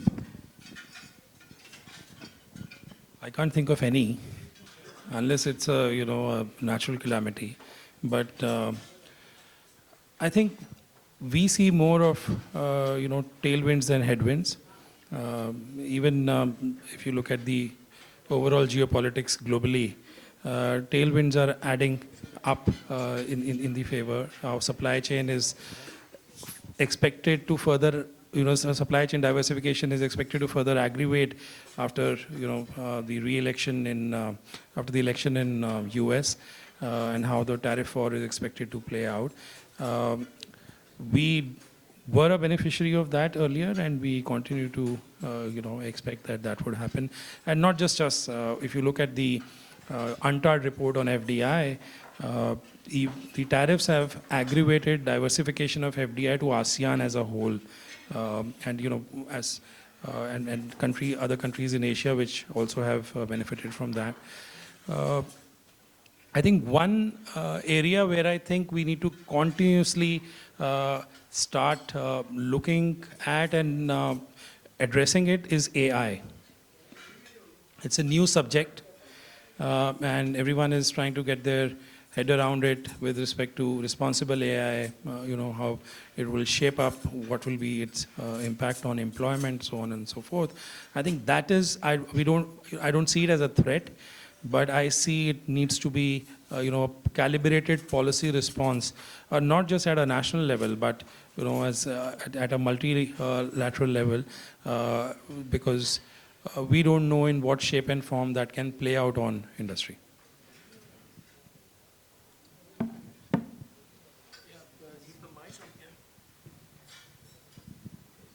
Just a brief question to Mr. Khurana.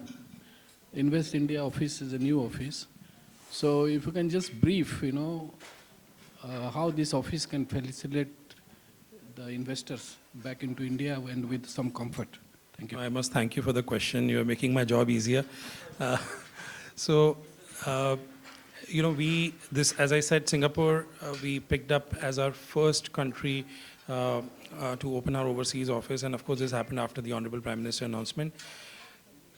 Any visibility on the Indian market, on the economic opportunity, on the policy landscape, legal and regulatory landscape, location landscape, how different states play out against each other when it comes to business, when it comes to particular sector. For each and every part of this value chain, you can consider us as your extended arm, your extended hands and legs and mind, who can help you understand the market better. We have got a team of people back in Delhi and other states which work across sectors, states, and understand that business well and have worked with investors and help them realize the potential of the Indian market. So this request rather than an offer is to everyone who's looking for more visibility on the Indian market, because I feel that a lot of you will be in advisory function advising companies, and you think there is certain level of education when it comes to market opportunity, because we lose a lot as a country, because if you look at numbers, and James may agree to that, India outperforms a lot of competing economies. Of course, sometimes it could be challenging, and sometimes there is more time and cost involved. But as I mentioned earlier, the rewards are also equally handsome. So my request to everyone is that anyone looking at the Indian market, feel free to reach out to us. We are very kind. We are very thankful to the embassy's kind benevolence that they have provided us space, and we are based in the Indian High Commission for now. Thank you. So I think let's just wrap up. So I think, James, your 3 hours, Renaissance, reforms and rewards plus resilience, I think the opportunity for, oh, sorry, maybe. Sorry, I just don't one know, question. We are really running out, but maybe Okay, last no. one. Andrew Chan, Alan Gladhill.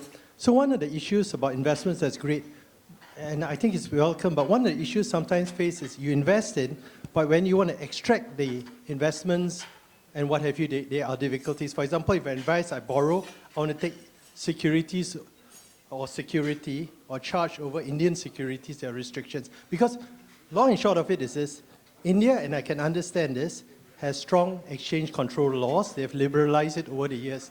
My question is really this, if you really believe in investments, is it possible for India to continue to liberalize or even suspend the exchange control regulations insofar as investments are concerned? Or at least, can they further liberalize? And that's the question. Thank you. You see, I think you are making a reference to FEMA and the foreign exchange. Well, security is just an example. Example.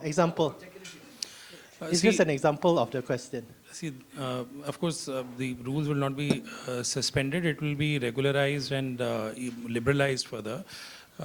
India today offers products such as Gift City, where you are able to position and leverage your capital in a globally competitive format. And that is where I want to urge all of you, picking up the right investment vehicle in the beginning is important. And that is where we are happy to help and advise on what is the right investment vehicle depending on the objective. For certain companies, a particular format would work better than the others. The second point I want to make is please take benefit of the presence of Indian banks which are present here. We have about 9 Indian banks in Singapore, and I think most of them are also on GIFT, so they can offer you the product basis, the objective that you have. And I'm happy to catch up with you offline if there is any specific question, specific transaction that you are referring to.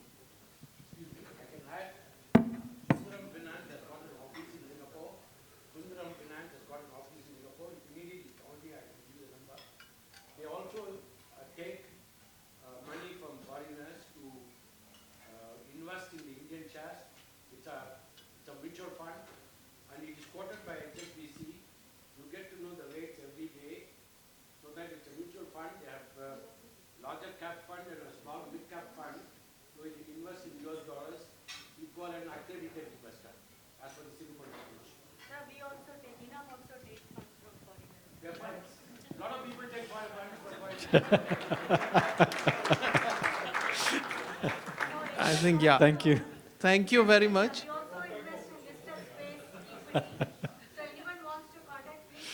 Excellent.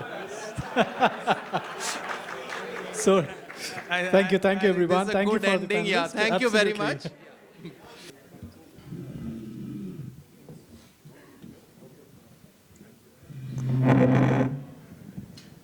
May I also request Dheeraj ji to please join on the stage for the felicitation of the speakers.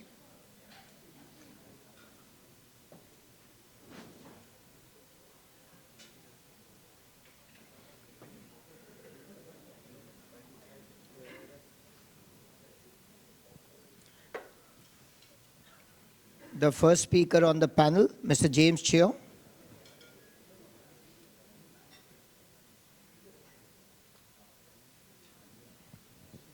Thank you, Mr. James.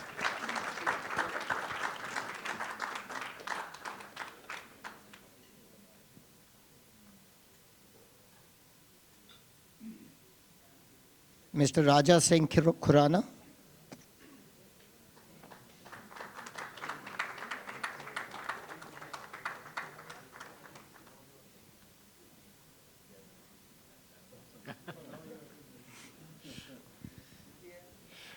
And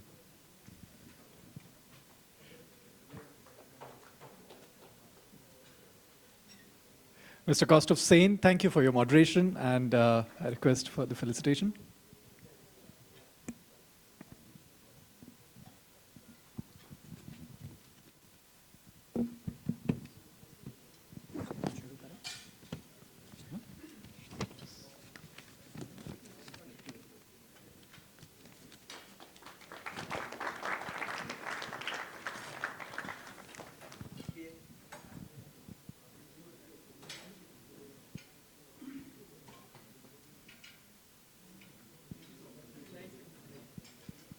Thank you, panelists.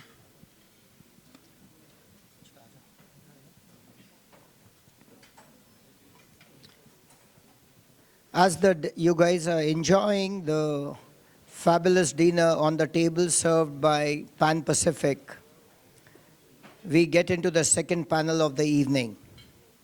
Thank you, Mr. Neil, again for being with us and gracing the occasion.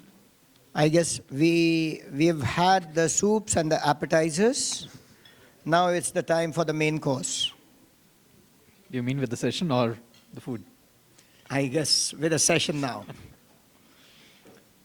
Our second panel discussion is building strategic alliances and maximizing returns.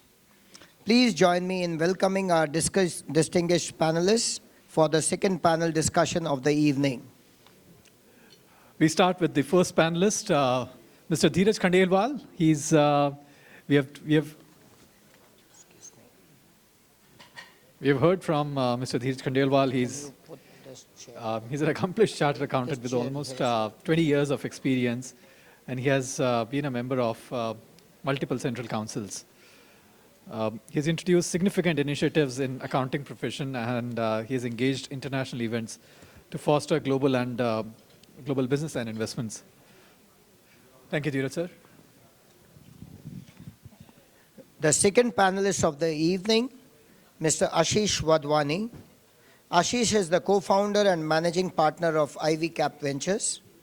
With over 25 years of experience in venture capital, M&A, and strategy consulting, he has led and managed billion-dollar investments. He has also worked on around 15 M&A transactions and advised over 40-plus companies. A regular speaker and author on thought leadership topics, Ashish's expertise spans technology, energy, consumer, and manufacturing verticals. He holds a postgraduate diploma in management from IIM Ahmedabad and BTech degree from IIT Delhi. Please welcome Ashish.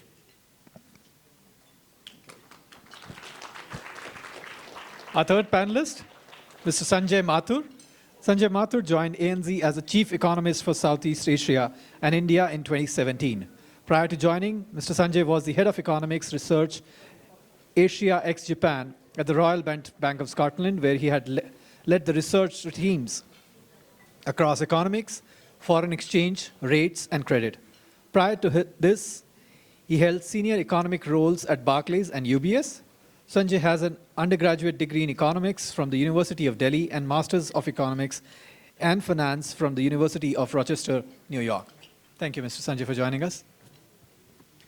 Now, this esteemed panel is moderated by Mr. Dilpreet Singh Oban.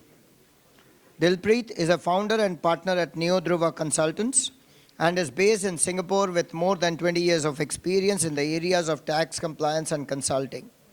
Dilpreet is a member of ICAI, associate member of ISCA, and accredited tax advisor of the Singapore Chartered Tax Professionals.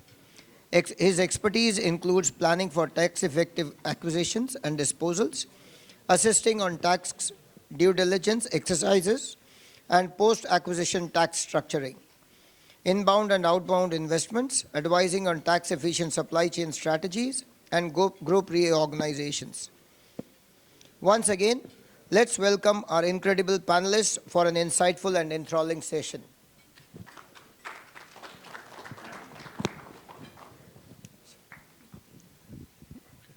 Hello. Good evening, Mr. Prabhakar, First Secretary of Commerce, Indian High Commission, Mr. Sanyam Joshi, First Secretary Economics, Chairman and Management of SECI, office bearers and members of ICAI Singapore, my fellow panelists, distinguished guests, and business leaders. It is a privilege to welcome you to this panel discussion where we explore one of the world's most exciting investment destinations, which is India. This is organized by ICAI Singapore chapter and co-sponsored by Neo Dhruva Consultants. Neo Dhruva Consultants is a boutique tax firm based in Singapore, specializing in assisting Singapore-based businesses in their foray into India and vice versa.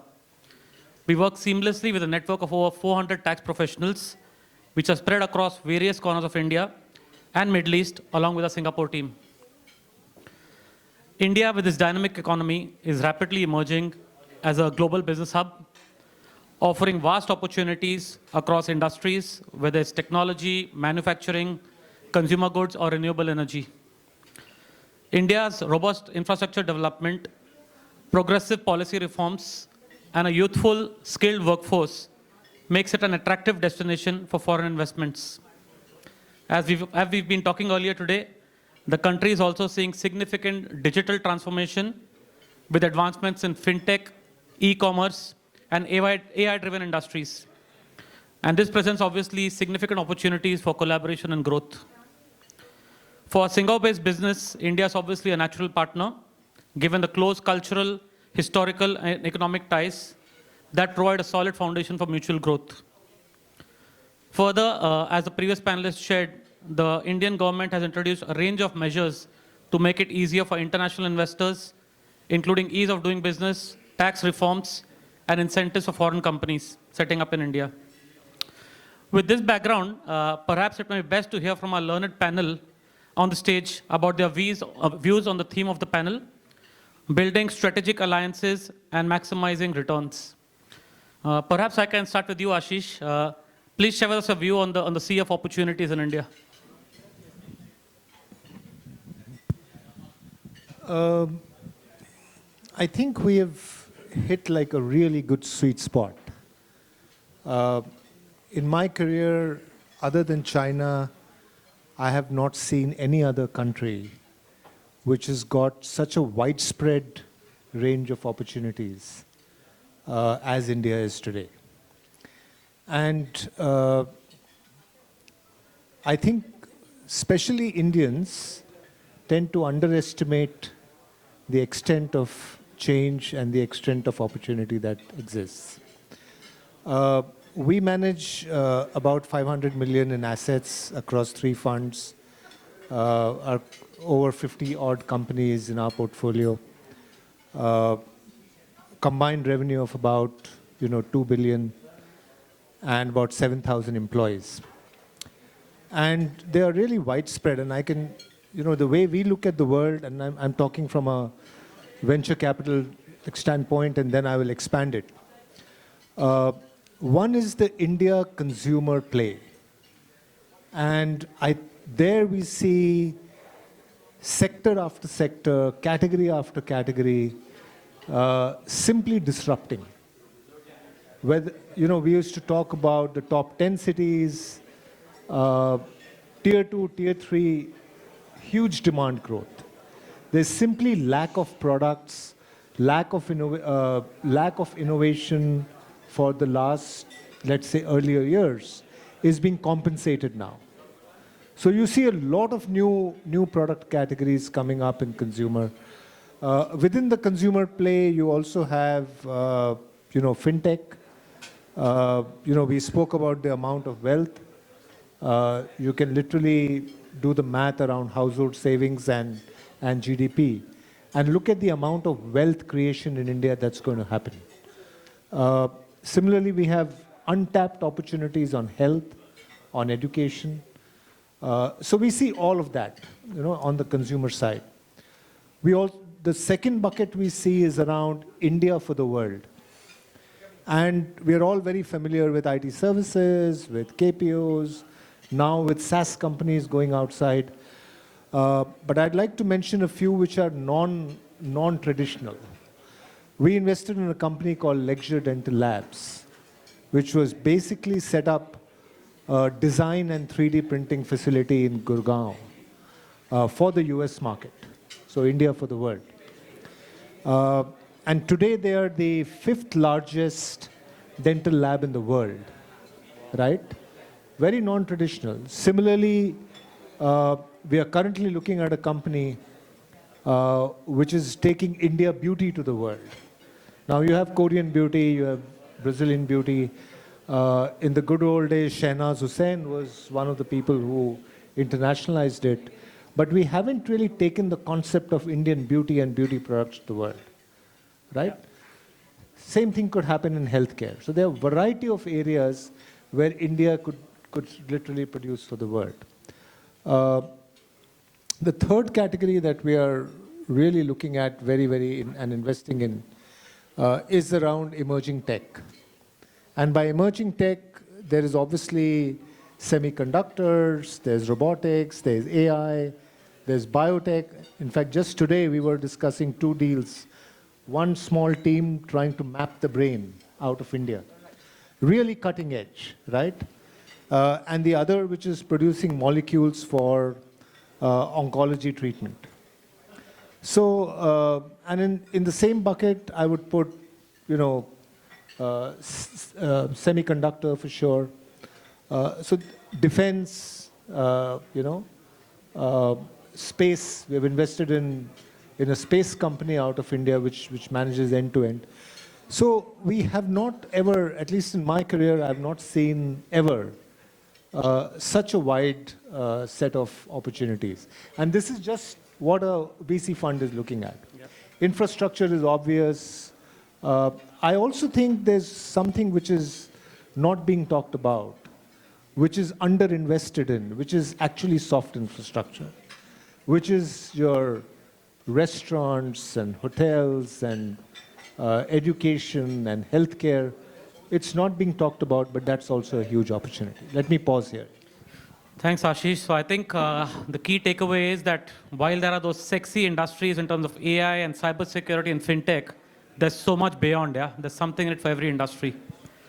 Dheeraj, if I can just bring you in here, given the context that Ashish has just laid down, what role do you believe government and industry associations play in facilitating strategic alliances between Singapore and Indian companies? Well, I think the embassy has spoke a lot about, what they are doing in India and Singapore. Even Invest India has already spoken about.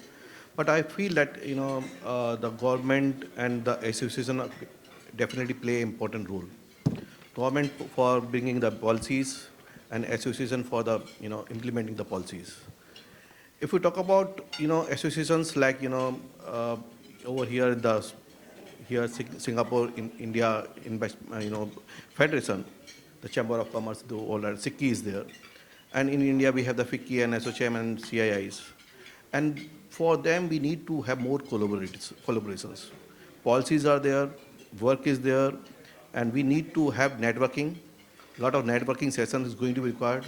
We need to have more and more capacity buildings going to be done. A lot of program seminars, organized, and hands-holding. One of the important part is that, a lot of, state governments, central governments are visiting Singapore. Even Singapore is visiting India. We have a lot of talk about, the India story, growth story. There are a lot of talk about the Singapore investment in India. But how much, really we are achieving it? We need to, like already said that, we wanted to invest in India, but there's no particular platform. What it is needed is, work together in the partnership model, work together in the hands-holding model. A lot of, the government organizations or, association need to work with the industries matchmaking. They has to matchmaking what are the requirements are there, where they need to invest and what they are looking forward. That's important. And of course, being as a chartered accountant and ICAI is also playing an important role into this particular play, because previously we were a professional body. Now, having set up in, having a lot of chapters, being recognized by the Ministry of External Affairs is also trade body. I need to stress upon it, ICAI can play more important role other than the, SICI and other people they are doing it. We are also part of the trade organizations. We are attached to the across India people as a CFO and CEO of the company. We are organizing a lot of meets for them, CFO meets for them, integrating with them, and also facilitating about the advisory rules, because most of the companies are coming to India. They need facilitating how to open up a company and assess the right way of the investment. So the professional people like us can play important role. So that's the important aspect. Of course, we are doing it. We need more such kind of working and more such kind of network to be there. That's it. Absolutely. Thanks, Dheeraj. Sanjay, turning to you, which are specific sectors in your experience that you're seeing where there's a lot of interest from Singapore investors going into India?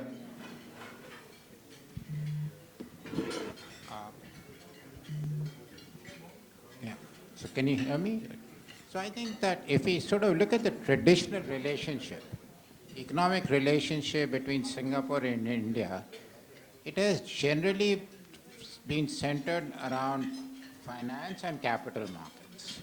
So like Ashish just mentioned in terms of investments taking place, financial market investments, in terms of cross-border deals, etc., in terms of loan syndications, etc., they have generally been the most important. After that, we've had a few ventures in terms of REITs, etc., but again related to the same issue.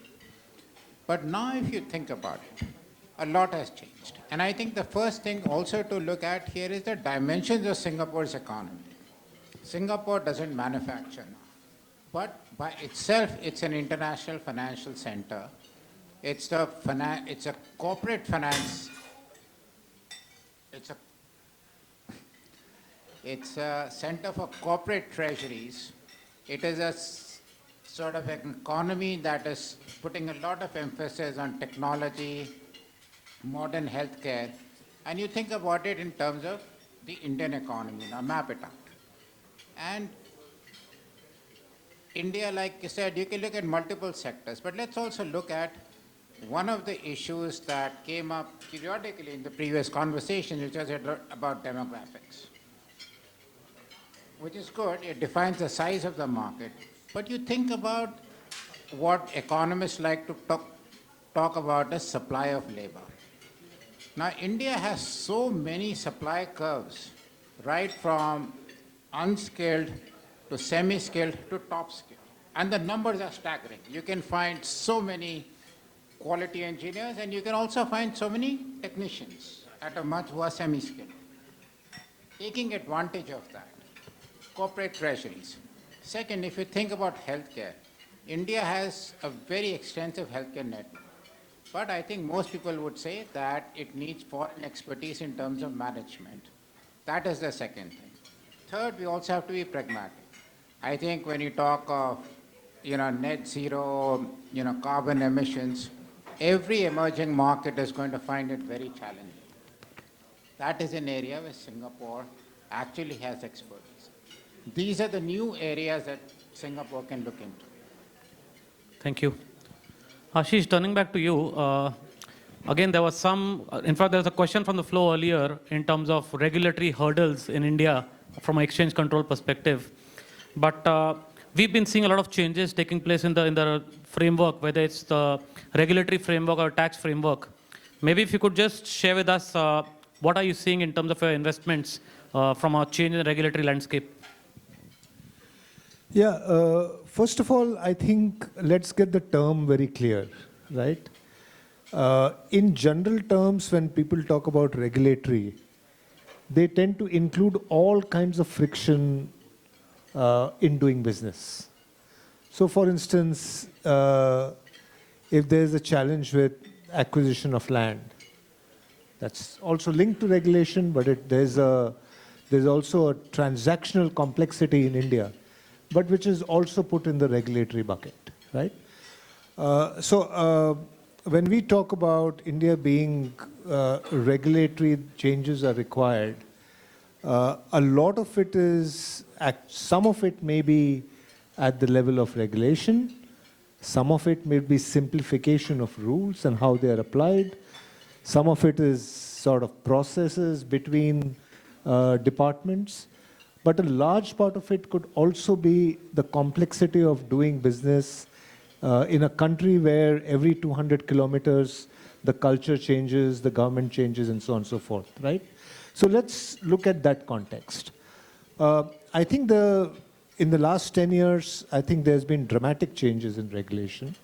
FDI was mentioned, tax was mentioned. The fact that you can, even on the social sector side, you're able to make payments into Jan Dhan accounts, which, by the way, gives government the capacity to invest in capex and create the infrastructure. We have seen lots of changes around the startup world. Startups were practically non-existent about 15 years ago, or at least 10 years ago. We have seen, frictions on tax being removed, hurdles being removed. So, in general, I think lots of changes at the high level, but in terms of a practitioner, what I find that there is sometimes an over-interpretation of the law, or maybe slight overreach by a regulator. But I think the ministries and the regulators that we have been dealing with, they have been very open to feedback. They have made corrections on feedback by the industry. And that process seems to work, whether it is RBI, whether it is SEBI, whether it's insurance, whether it is various ministries which are implementing, including the finance ministry. So in general, I think, obviously, at the regulatory level and policy making level, things are quite dynamic. I think work needs to be done at the administrative level, simplifying things, which has happened, but a lot more needs to be done there, and to kind of prevent sometimes misuse of the law or misuse of rules at the very grassroots level. For instance, things are digitized, right? I'll give you a very simple example. I mean, everything is digitized, so a certain government can give you a birth certificate and death certificate in a day or 2 days. But the administrative friction can often result in that coming after 15 days. Now, that's not a regulation issue. It's simply a behavioral and the way administration is set up. Thanks, Ashish. I think virtually something on everybody's mind is the gift city. We cannot close this panel without having some comments on the gift city from all of you. Maybe starting with you, Sanjay ji. Gift city is an amazingly unique venture. And it's not something that, came out of the blue or something. It's been something that's been in progress. Now, if you really think about financial centers, one of the questions that always comes up is, now if India is, en route to being the world's second largest economy, why should it not be an international financial center? Why should it not have that? And if you sort of look at the dimensions of it, they're truly breathtaking. It goes right from corporate treasuries to aircraft financing to bond issuance. And if you've seen the physical infrastructure, that is amazing. But the soft infrastructure, in terms of how much can be done, that is something equally important, because if you sort of speak to the regulators there, which you have, they are so open to feedback. It's natural. When you set up a financial center, you don't know all the laws. The second thing is that it has one administration body. It is not subject to multiple administrations. The third part of it is just to take how quickly it has grown. If you look at the number of aircraft that has been financed, out of that center, it is amazing. It almost tells you that traditionally Dublin has been the major center, but all of a sudden now you are seeing, yes, India is a large purchaser of aircraft. Why should it have to be done out of Dublin? So I actually think that this is a center that can grow. Now, one thing about international financial centers is that they pose a risk to the rest of the economy. That's very typical. Even if you go through the history of the United States, it'll tell you why New York was not made the capital was because New York carried the risk of financial instability. The one very good thing about that I found was there is a domestic sort of part to it, there's an international part to it, and the international part is an international part. It actually does not have many financial implications for the rest of the economy, assuming something goes wrong over there. So I think it's a very well conceived plan. The risk is that, again, if you go through the history of financial centers, or even a science venture, it all grows by the clustering of people, every financial center. And that is something that the government will have to continuously keep working to give it the dimension and scale that it deserves. Dheeraj, if you could also weigh in on the gift city, I'm sure you have valuable comments to add on this one. We have already signed the MOU and we are marketing the gift city to the across the the world. And I can say that gift city is definitely rapidly growing it. And some teething issues definitely going to be there for the talent people going to be. But definitely, I think with the capacity building program by the GIFT City and the IFCA, they are doing it. There are ample of opportunities are there. Even for the chartered accountant, we started the BATF regulations.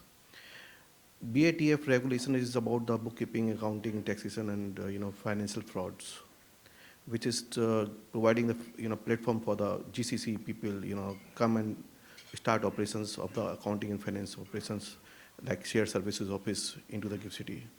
One of the best ways people are already been into the Bangalore or Hyderabad or Pune and other city.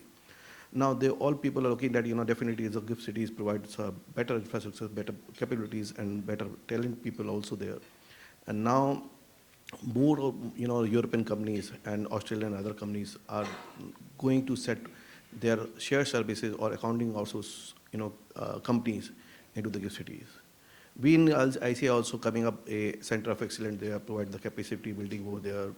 And I've been to the US and I've been to the Australia with the IFCA people.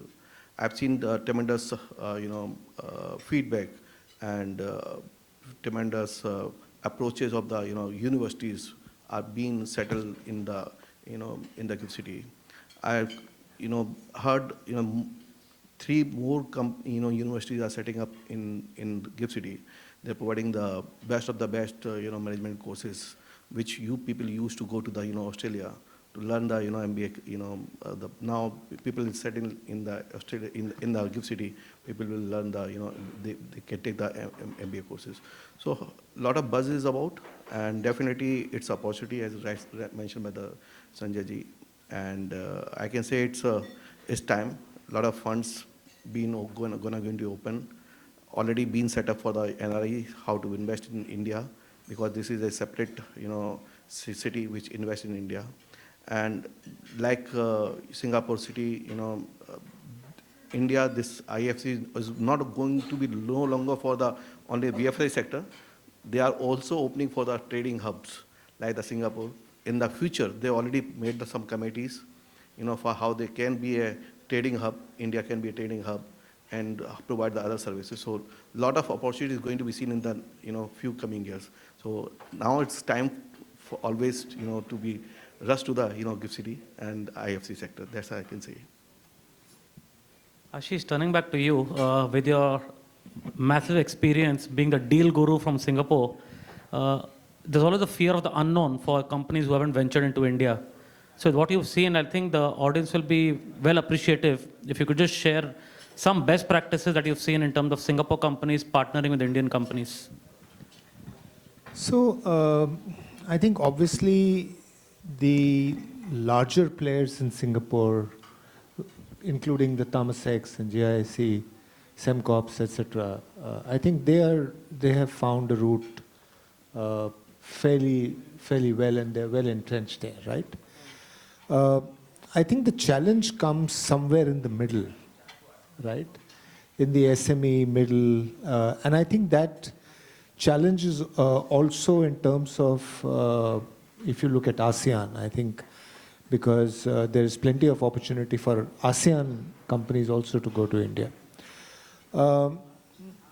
I think the challenge comes with complexity, because India is a complex market, and I think people just get a little bit overwhelmed with it. That's the starting point. And I think there is a great amount of opportunity for us to, in this room, and to, educate and make the SME non-Indian sort of entrepreneur aware of the opportunity that lies ahead. Because all of them have benefited from the ASEAN growth story, 80s, 90s, the China growth story in 2000. And for them, they understand that it's going to happen in India. They just don't know how to do it, right? And my suggestion to entrepreneurs and SMEs in Singapore is to really spend time understanding the market and the opportunities, and perhaps try to get a partner who will help you not only bridge any business gaps that you have. For instance, you might want to access distribution, or you might want to set up a sales force that sells into the government or the public sector. That's one kind of role where you kind of get an Indian partner to bridge the business gaps in terms of capabilities. But also the partner has an important role to play in terms of managing the local environment and the governance setup, so that not to be overwhelmed by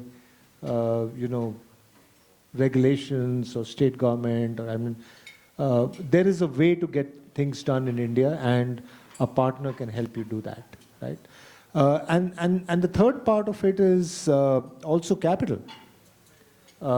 There's now enough domestic capital in India, which can help you literally, help you enhance, enhance returns, give you access to capital for India. And I think particularly Singapore-based, there's another segment which is around Singapore-based, startups. Now, people starting up in Singapore will sooner or later, 9 out of 10 times, require to go to markets overseas. So if they are looking at India, India also brings for them access to capital, because there's fair amount of capital now in India. Thanks for an insightful response, Ashish. Dheeraj, just taking it off from where Ashish left off, how do you feel Singapore businesses can tap into India's startup ecosystem and innovation hubs? Because clearly that area is really booming. Well, I think Ashish already covered Invest in our fund. Definitely, it's one of the prime objective is definitely to invest in a lot of venture funds, which is still missing over there. We have seen in the Singapore in funds or companies investing in the private equity large deals like Temasek or other people, but we need to have a lot of set up the funds. Another point is that we need to have tie up with the incubation centers, because funds definitely is one of the part. Second is to nurture them, to guide them, and promote them, mentor them. That's also another important part. Third is hackathon. You can partner with a lot of in incubation centers, fund houses, provide them objective, invest in the talent people are there in the India, and look after the technology they can build for the Asian people, in Singapore people, because India is known for the technology, and we need to work with them And there are 60 to 70 lakh students in, ACIATs, the Ministry of Education, which they has it. And there are ample opportunities to, catch them young. They are in the technology guy, in IITs, IIMs. These are the, sectors where the, people can invest the money and, nurture them and mentor them, and in return they can get benefited with the innovations. That's important aspect which they can get into it. Thanks a lot, Dheeraj. I think I'll just take this opportunity now to check if whether we have any questions from the audience here.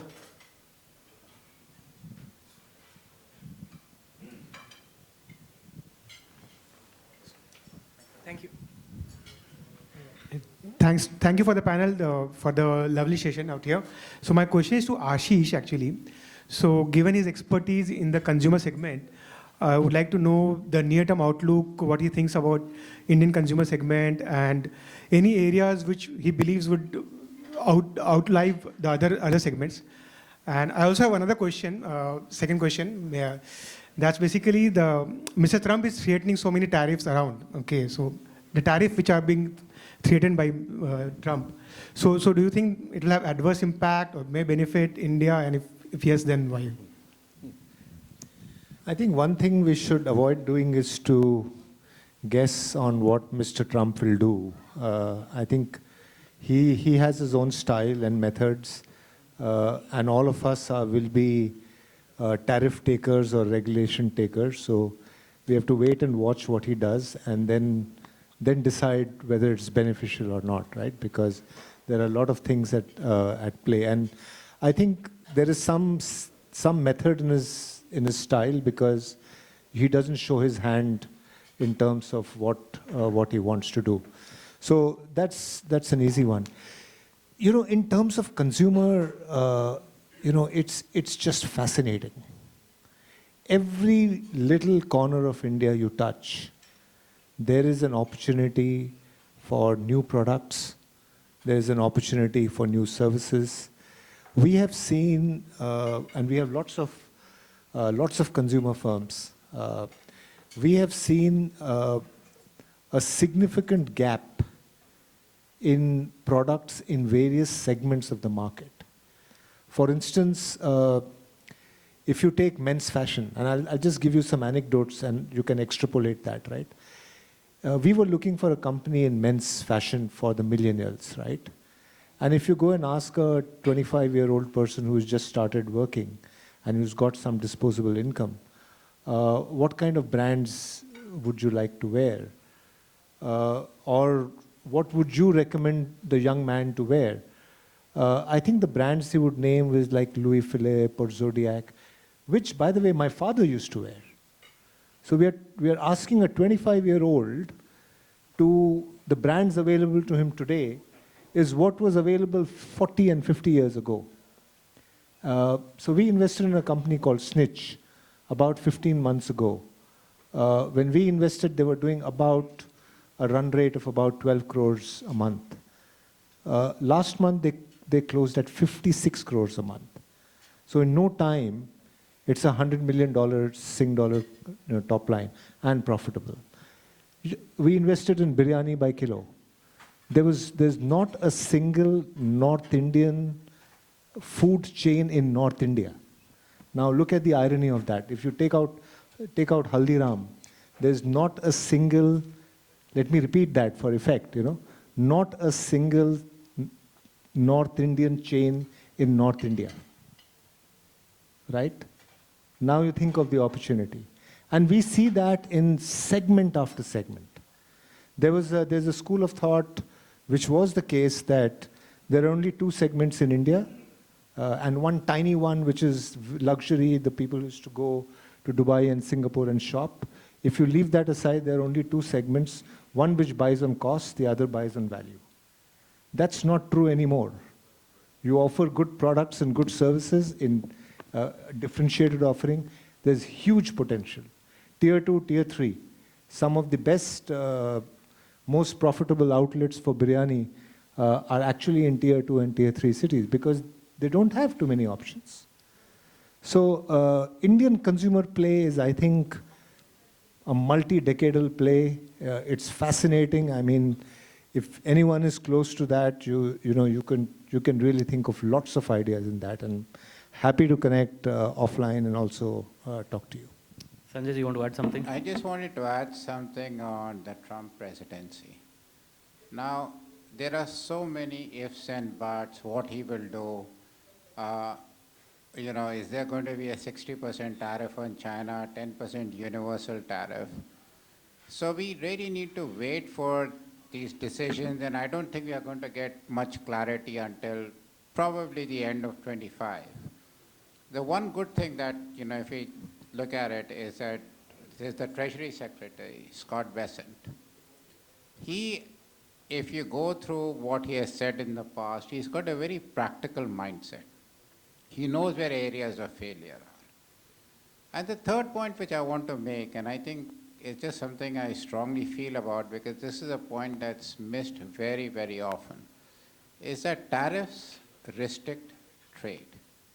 And you may say that, we'll see a supply chain relocation to India, we'll see a supply chain relocation to Vietnam. In reality, the moment you restrict trade, you lose out because global growth slows down. So it is not something, there are no real winners or losers in the longer term in this. The second thing is, if there is an option of investing in a third country which is profitable, then it can be done even without tariffs. So I just wanted to clear this misconception that, people have that someone wins out of tariff wars. No one wins. Thank you. I think we may have time for one last question. Let it be mine. I don't need the mic. The question is to Mr. Ashish and Mr. Dheeraj. He's given enough free opportunities. Ashish won't give you any more today, yeah? What I would like to know is, Gift City, what is the progress of the family offices and also fund management, like your BCC Corporation in Singapore? I would like to know more interesting news from both of you. Thank you. The family offices, generally the structure is, to create a fund structure. And the fund structure, any individuals from any foreign countries can invest. There are number of regulations for that, which is there in the IPSA regulations, the investment regulations. So these are providing a better opportunities for the foreign individuals and HNIs to invest in the market. The ultimate point is that that these investments, those are creating the mutual fund or venture, which is again investing into the India market. That's the position as of now. So, no, thanks for the question. I don't specifically know whether there's a VCC structure allowed in Gift City. I am told that they were considering. Yeah, they're, by the way, considering a structure similar to VCC, but I don't think it's been implemented as of now. In terms of fund structure, I think there are two ways of looking at it. One is funds into India, and the other is funds from India for the rest of the world. I think Gift City provides a clear benefit for funds India for the world. And by the way, I think that's going to really grow up and go up in the next 5 to 10 years. Because in India already, I think in terms of the asset classes, if you take public markets or real estate, savings are running out of options in many ways. It's causing asset inflation. And at some time, it's my guess that the government will have to release valve and allow some of this Indians to invest overseas a bit more. So I think we are quite bullish about that part of it. The inbound is also a pretty sound structure. Funds have started using it. Specifically to family offices and individuals, I think there is a slight resistance that I see, largely because of trust issues. Historically, when I was raising my first fund in 2012, I'd gone to the US to market the fund. Before talking of the fund and talking of India, they would talk about Vodafone. So I think that takes a very long time in the investor's mind to get out of. So there is resistance from families, there's uncertainty about what if we as individuals or families go there, at least a few families that we've seen. But I think that will take time if they are consistent with their execution, if they are consistent with offering this and people don't face any adverse consequences over a period of time, that trust will go and capital will also grow. What I heard is that after Premji's application, they have not approved any other application for family office in the Gibson. You mean inbound or outbound? No, he wanted to set up a family office in Gibson, Premji, and it was approved. Subsequently, they have not approved any application. So they have the skeptical mind set in India. But when countries like Hong Kong, Singapore, all these BVI and each country, London, New York, are building up the family offices for the high net worth individuals, I think Gift City should take the opportunity to do it. No, I think that's a fair point. It's a fair point, but I think the discussions can go on. We all have to go back home. Thank you. Thank you. Well, I think the quality of discussions on this panel have been phenomenal. I would like to draw this session to a close with a massive vote of thanks to Ashish, Dheeraj, and Sanjay. You guys have been the star of the evening and made my life easier. Thanks ICAI Singapore chapter for offering us this opportunity. Hope you've all benefited and enjoy the rest of the evening. Thank you, Dilpreet. Thank you, the panelists, and I would request to be on this, all of you to be on the stage for a small felicitation. I request Nishant and Anu to be on the stage as well, please.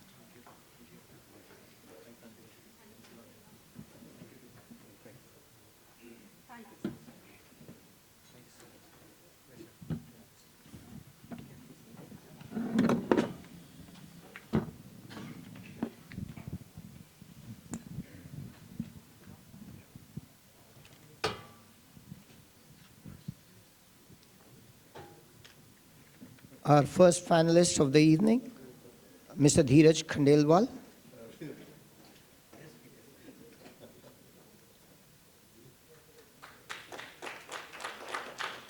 Thank you, sir. Thank you for coming all the way from India.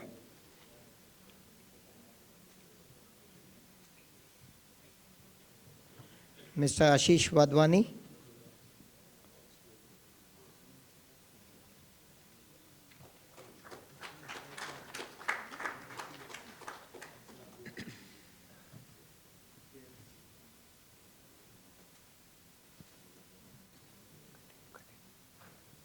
Mr. Sanjay Mathur.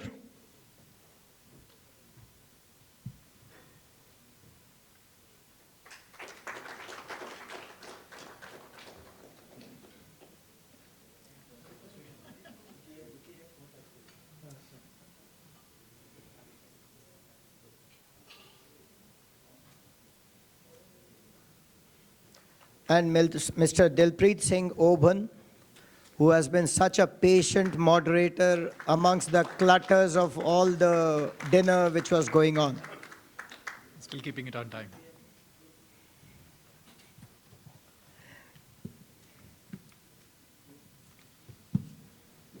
Thank you, panelists. Thank you, Nishant. Thank you, Anu.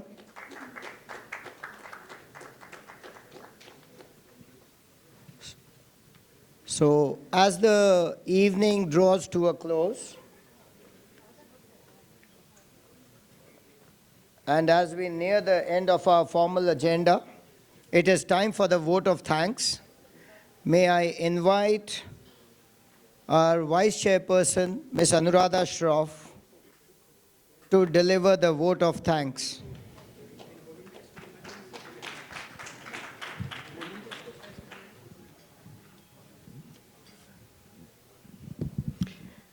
Thank you, Sanjay and Nikhil. Good evening, friends. So are we sated with the food in our stomach? And are we sated with the food for thought that our esteemed speakers and panelists for the evening have given us? A huge round of applause for all of them.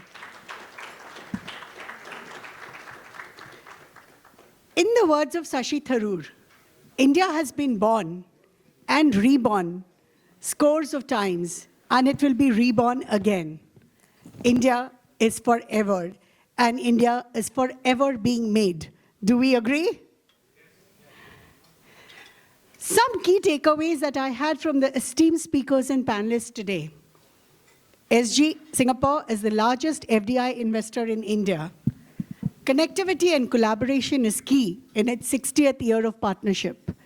This event reinforces the mantra of learn, earn, and return for us as chartered accountants. World is incomplete without AI.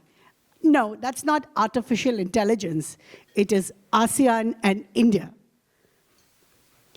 And aspirational India, and of course, the use of technology to propel the growth story.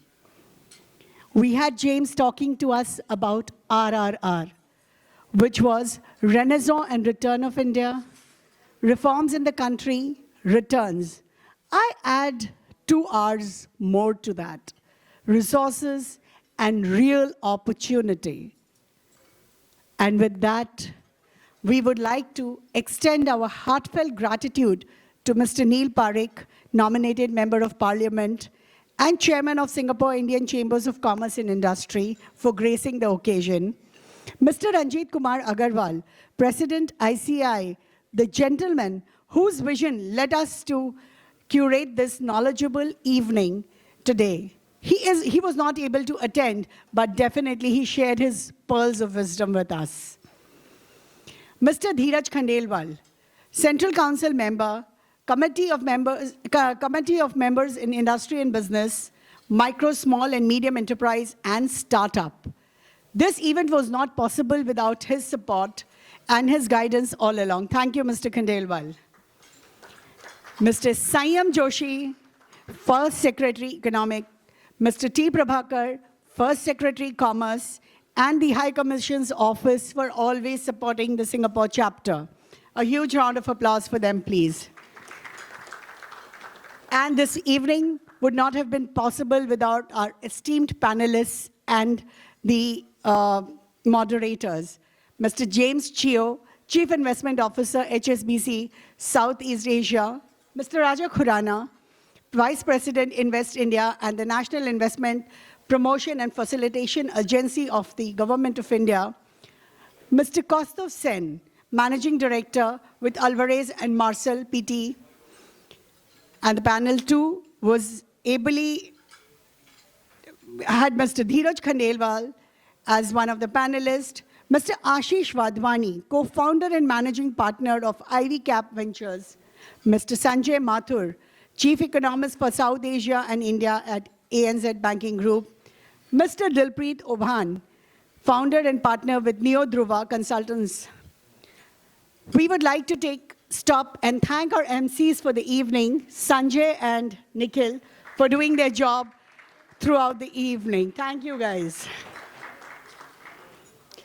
The ICAI chairperson, Mr. Nishant Surana, and the team ably led by him, because without the vision and without the persistent follow-ups, we would not have been here today where we stand. So Mr. Surana and the managing and subcommittee members. And this evening has been brought to us under the auspices of ICAI India and sponsored by our partners, HSBC, Neo Dhruva, and CPA Australia. Thank you, friends, for helping us curate this beautiful evening. And thank you, all you esteemed guests present here. This evening, you all were the stars of the show. So thank you for your presence. And with that, I wish you au revoir and good night. And we are still networking, so it's not time to say goodbye yet. We'll meet you outside. Thank you, friends. Sanjay, Nikhil.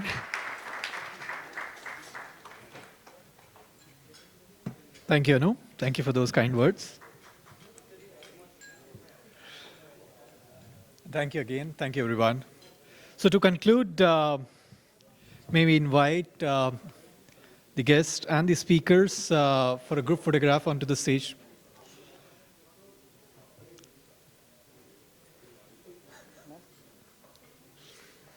What we can do is that we can take a group photograph from this side also. Yeah.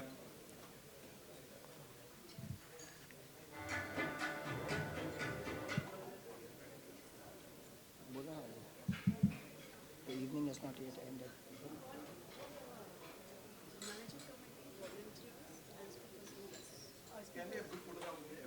Yeah. Yes. So what we'll have to do is that probably we'll sit here, we'll sit at this place only. It will not work. So I'll request everyone to please come forward towards the stage so that we can have a good group photograph. Want to remove? Let's go.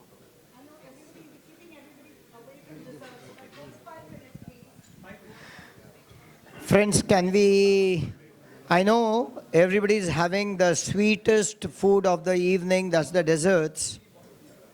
Can we interrupt your desserts for a minute for a group photograph, please? We'll have a quick group photograph. Please approach towards the stage and post this group photograph. We'll continue the evening. The evening is not yet over.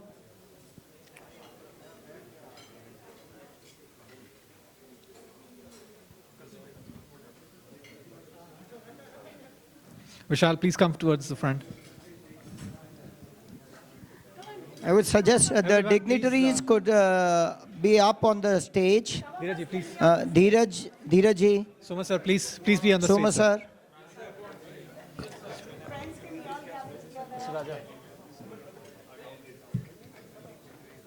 Mr. Khurana, please be on the stage.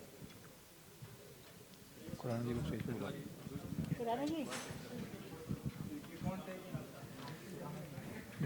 Nishan on the stage.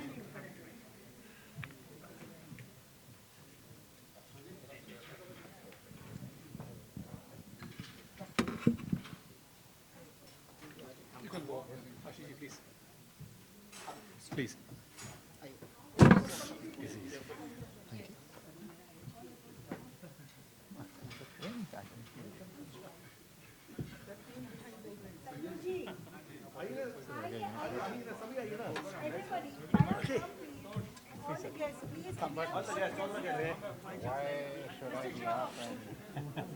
Because you are... One second, sir. Let me pull this one back.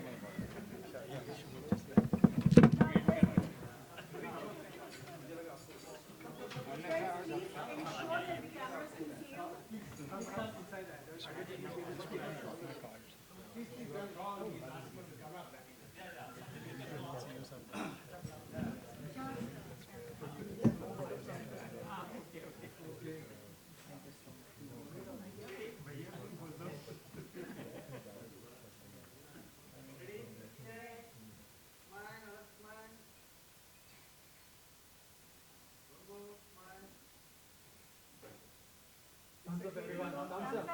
It's a gathering of chartered accountants. We all say audit.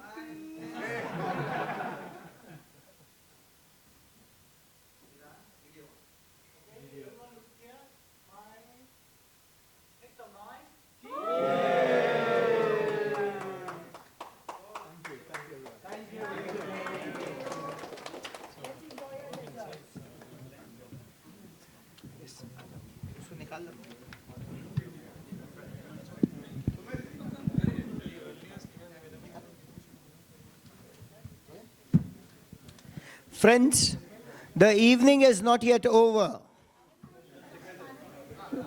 We still have some wines flowing outside.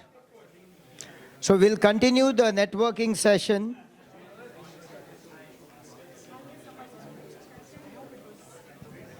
Thank you, everyone. With this, myself, Nikhil, and Sanjay signing off. Thank you all for making it, and see you again. Thank you, everyone.